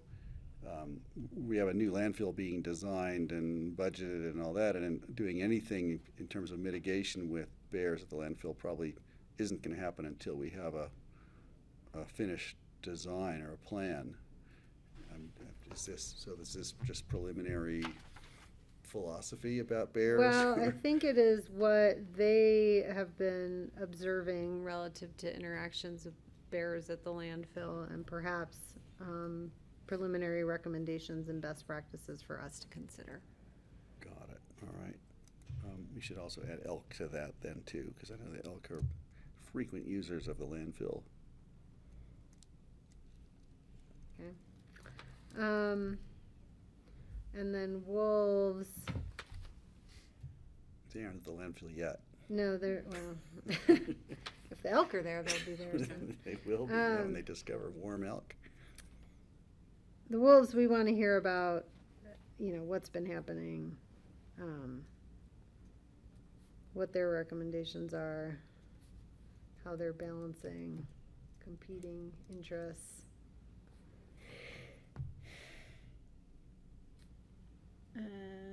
think that captures that. All right, we've talked about that a few times. Citizen board interviews that afternoon. Yep. And Transportation Coalition update, which you guys are on the agenda frequently for. Right, and we'll see if there's anything to say. Okay. All right, anything else on July 1st?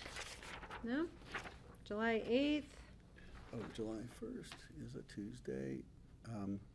I'm probably going to be ducking out by 3 p.m. at the latest, if not Okay. a little sooner. I'll probably leave at the break, so I'm probably going to miss Okay. the interviews. But I'll catch up on those.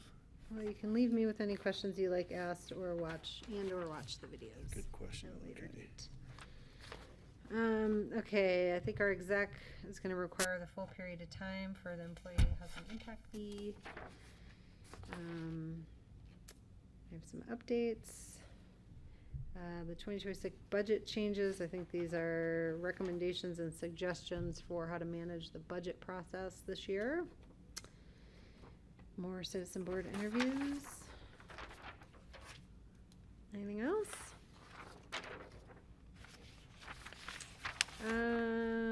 July 9th.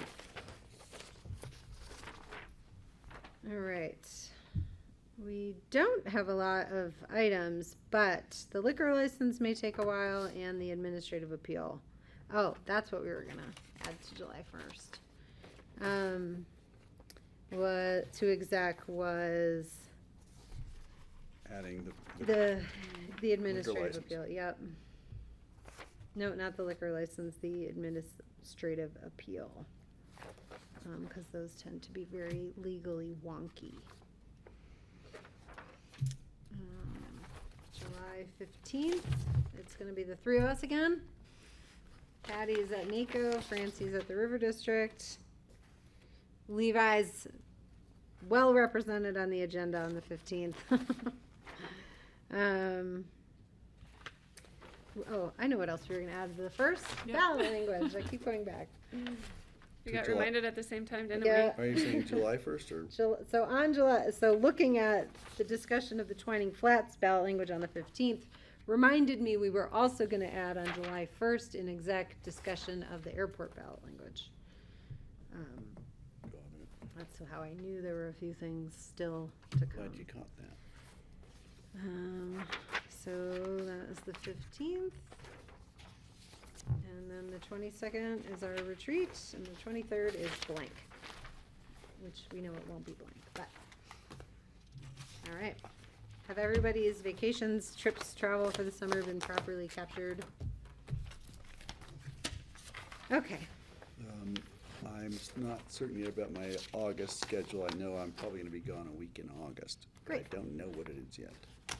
Too far out. Let us know when you know, and we'll make sure we note it. Yes. Kara, regarding the Vision 2050 retreat, I can't wait for that day, July 22nd. It's a long way off. Yep. People I was Yeah. talking to in a meeting yesterday, we're asking, you know, the questions the architectural community asks. Can we figure out a way to get bumped to the front of the line if we do the right thing regarding energy on the house or house? I was saying house size may be closer, but maybe that's an offline conversation. But I'm hearing questions from the community. It's like, are we incentivizing best practices through this? Yeah, and happy to talk offline with it. You all did do that in your most recent building code, did do some of that. What was in the CJC is, you hit it right on, it's a combination of house size and energy to meet both the community values and the climate is what is still envisioned in this whole process. Is that, again, I like to say, the drip coffee line versus the latte line. There's Right. two different ones, but to get Espresso line. yeah, but it's Yeah. gonna be, through this process of what are those. We have the foundation from the growth committee that's through this comp plan process to check in on, are these the right things that we would be kind of having a different line for folks? It seems that the architecture and probably development community, Jeffrey could verify or not, is really interested in that because what their clients are most interested in is an expediency in getting their permit so they can build their abode. Or rebuild Or rebuild, or, a current abode. so that's definitely the people are gonna be paying attention there, so I'm sure they have been, but maybe that's the way to get everyone's attention, clearly, so I'm glad it's on there. Great. Thank you. Looking forward to that, if I'm here. I think that's it for our meeting for today. We will resume tomorrow at noon for our regular session. Thank you all. And Oh, Ryan will be sorry. covering the Ryan will be regular covering meeting. tomorrow. Great. Wonderful. Thank you. Thank you.